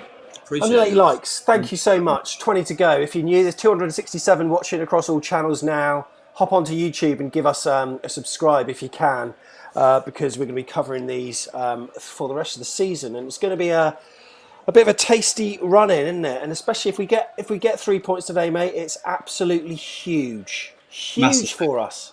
Massive. 5 on a bounce would be huge at this stage of the season, and confidence going into the Norwich game. And then we got 2 minutes. I still don't know where they got 5 minutes from. I suppose there's a few subs, weren't there? Yeah. But, out we go. Come on, just some confidence now. Billings on the ball, right shoulder. We could kill this off if we were. Is he off? No, he's on. No, we're all right. Billings got the. Billing is so calm on the ball. He's got a lot of patience, I've got to say. And that's another. He's offside. Solanke's offside. That's right. We've killed another minute. 30 seconds. 17 to go. Can we close in on the 200 before we go off air? We've got the free for all coming after this. If you can give us a thumbs up, even if you're not one of those YouTube thumbs uppy people because you think, oh, can't be bothered, just do it for us. Just do it, all right? Come on, we're coming out of lockdown. Just things to be happy about. Like, God. Come on. Go on. Yeah, well done, Lloyd. Get rid of it. Just launch it. Well done. Less than a minute, mate. Come on. We've got to see this out now. Come on, lads. Come on, boys. We've won the ball back. Philip Billing with a crucial interception. Lerma by our corner flag, holding it up. Just get on your right foot and then plays it out to Billing. Nice. Oh, love it. Plays in Junior Stanislas. Right, so just keep We've got a bit of space building up. There's the ball. Is he on a goal? No, keeper's out of his box. Keeper's going to go. Oh, nearly. Nearly. Right, come on. 25 seconds to go. I know I am. I'm sure I am. I ball till I die. Huddersfield left-hand flank. If you should be firing it in the ball as soon as you can. Oh, right edge of the box. They're inside our penalty area. They're holding it up. Oh my God! Squeaky bum time now. Right, time's up. This is their last chance. No, he's overcooked it. Bego's got it. Shit. Okay. Red flag flying high. Come on. Wembley. Come on. It's got me. It's got to be. I think that's it. We got it. It's in. Come on. The referee has indicated that there will be a minimum of 2. There we go. Amazing, mate. Amazing. 3 points to the Cherries. We have won. And AFC Bournemouth have won 5 in a row. And according to some statisticians, that's something that hasn't happened for a long, long time. Let's see what people are saying. About to hit 200 likes. Thank you. No. 285 watching. And breathe. Kerry Phillips. Phew. We had to make it difficult for ourselves. We've won. Hey, Tom, what did I predict in terms of the scoreline? And how did I say the game was going to go? Tell me. I can't remember, to be fair. I think Neil Dawson said 2-1. I can't remember if someone else did. But no, good prediction, mate. I think, like you said at the time, it's difficult at the moment to predict that clean sheet in it because of them balls in the box. But hopefully Woody will work on that with them. Look, it's another win. Oh, no. Get that waxing strip out, Tom. Get that waxing strip out. They're getting done. They are getting done. Shaving. I'm glad that was you and not me as well. I mean, Unbelievable. I got a bit carried away, didn't I, with the... yeah. We're winning 2-0. And you do remember that I did the hair, so I did it. You know, I carried it through. So if you don't, then that would be... it'd be bad, mate. Yeah, we'll try and sort it out maybe with things easing. Might be able to get the boss you to do them yourself for me. There's no way I can do it to myself. I'll wear a mask and look, if people are donating 99p, mate, technically it's work. I can meet up with you and VT myself, can't I? Super sticker from Tiggs, look at that. He doesn't know what he's doing. He's just pressed the wrong button there, hasn't he? Yeah. He ain't got a clue what he's doing. He's just going to see in the morning, where's 99p go out of my account? Bloody brilliant. So there we go. Mate, time to breathe. We're gonna turn these sound effects off a bit and just start to relax a bit. The free for all is in a few minutes over on the other channel. We've had another super chat, by the way. James, thank you so much. We really appreciate that, mate. Really do appreciate that. Cracking stream, nice one. Thank you so much for your support, and that really helps. We've probably paid for a month's StreamYard tonight, which is a software that we use. So, yeah. Shall we have a look at the league table shortly, mate? I think we have to, haven't we? Absolutely. Well, yeah, they're actually, if you want to whack it up, because they're showing it in sync with AFCB TV, because I've still got it on, and they're currently showing it as well. So, yeah, Swansea are leading, aren't they? So, yeah, theirs is updated. It's live, like you say. Brentford have got the extra game, but, you got to win the games, as we know. So we wouldn't have said that a while ago, would we? That we could close the gap like that on Brentford. So that is really impressive. That gap on Reading now, considering we were behind them at what seems like blooming yesterday, that's a really nice cushion now. Really nice, especially when you look at the fact that I believe we can beat anyone playing like this and with the confidence. But when you've got Norwich to play away from home, I'm glad we got that cushion there. Do you know what I mean? Because that is, regardless of how we play, Norwich are a bloody good side. So that'll be a difficult game. Cheers, Cameron. But confident now, and that's really, like I say, it looked really good. Some really nice football, but when we had to dig in, City goal conceded that they'll have to work on, but they know that. But when we had to dig in, obviously it's nervous when you're watching, but really after that headed goal, we were pretty good, weren't we, at seeing it out, I think. Yeah.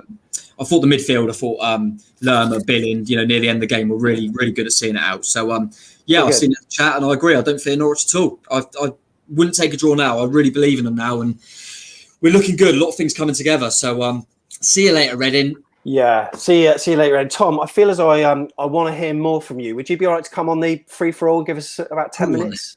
Go on. All right. Well, what we're going to do at the end of this video, it should automatically take you there. We're about to go live on a free-for-all, so we will see you very shortly. But thanks so much for joining us. And if you want to have your say, just go to afcbpodcast.com/take part, plug it in some headphones into your device, and we'll see you shortly. Tom, it's been a pleasure.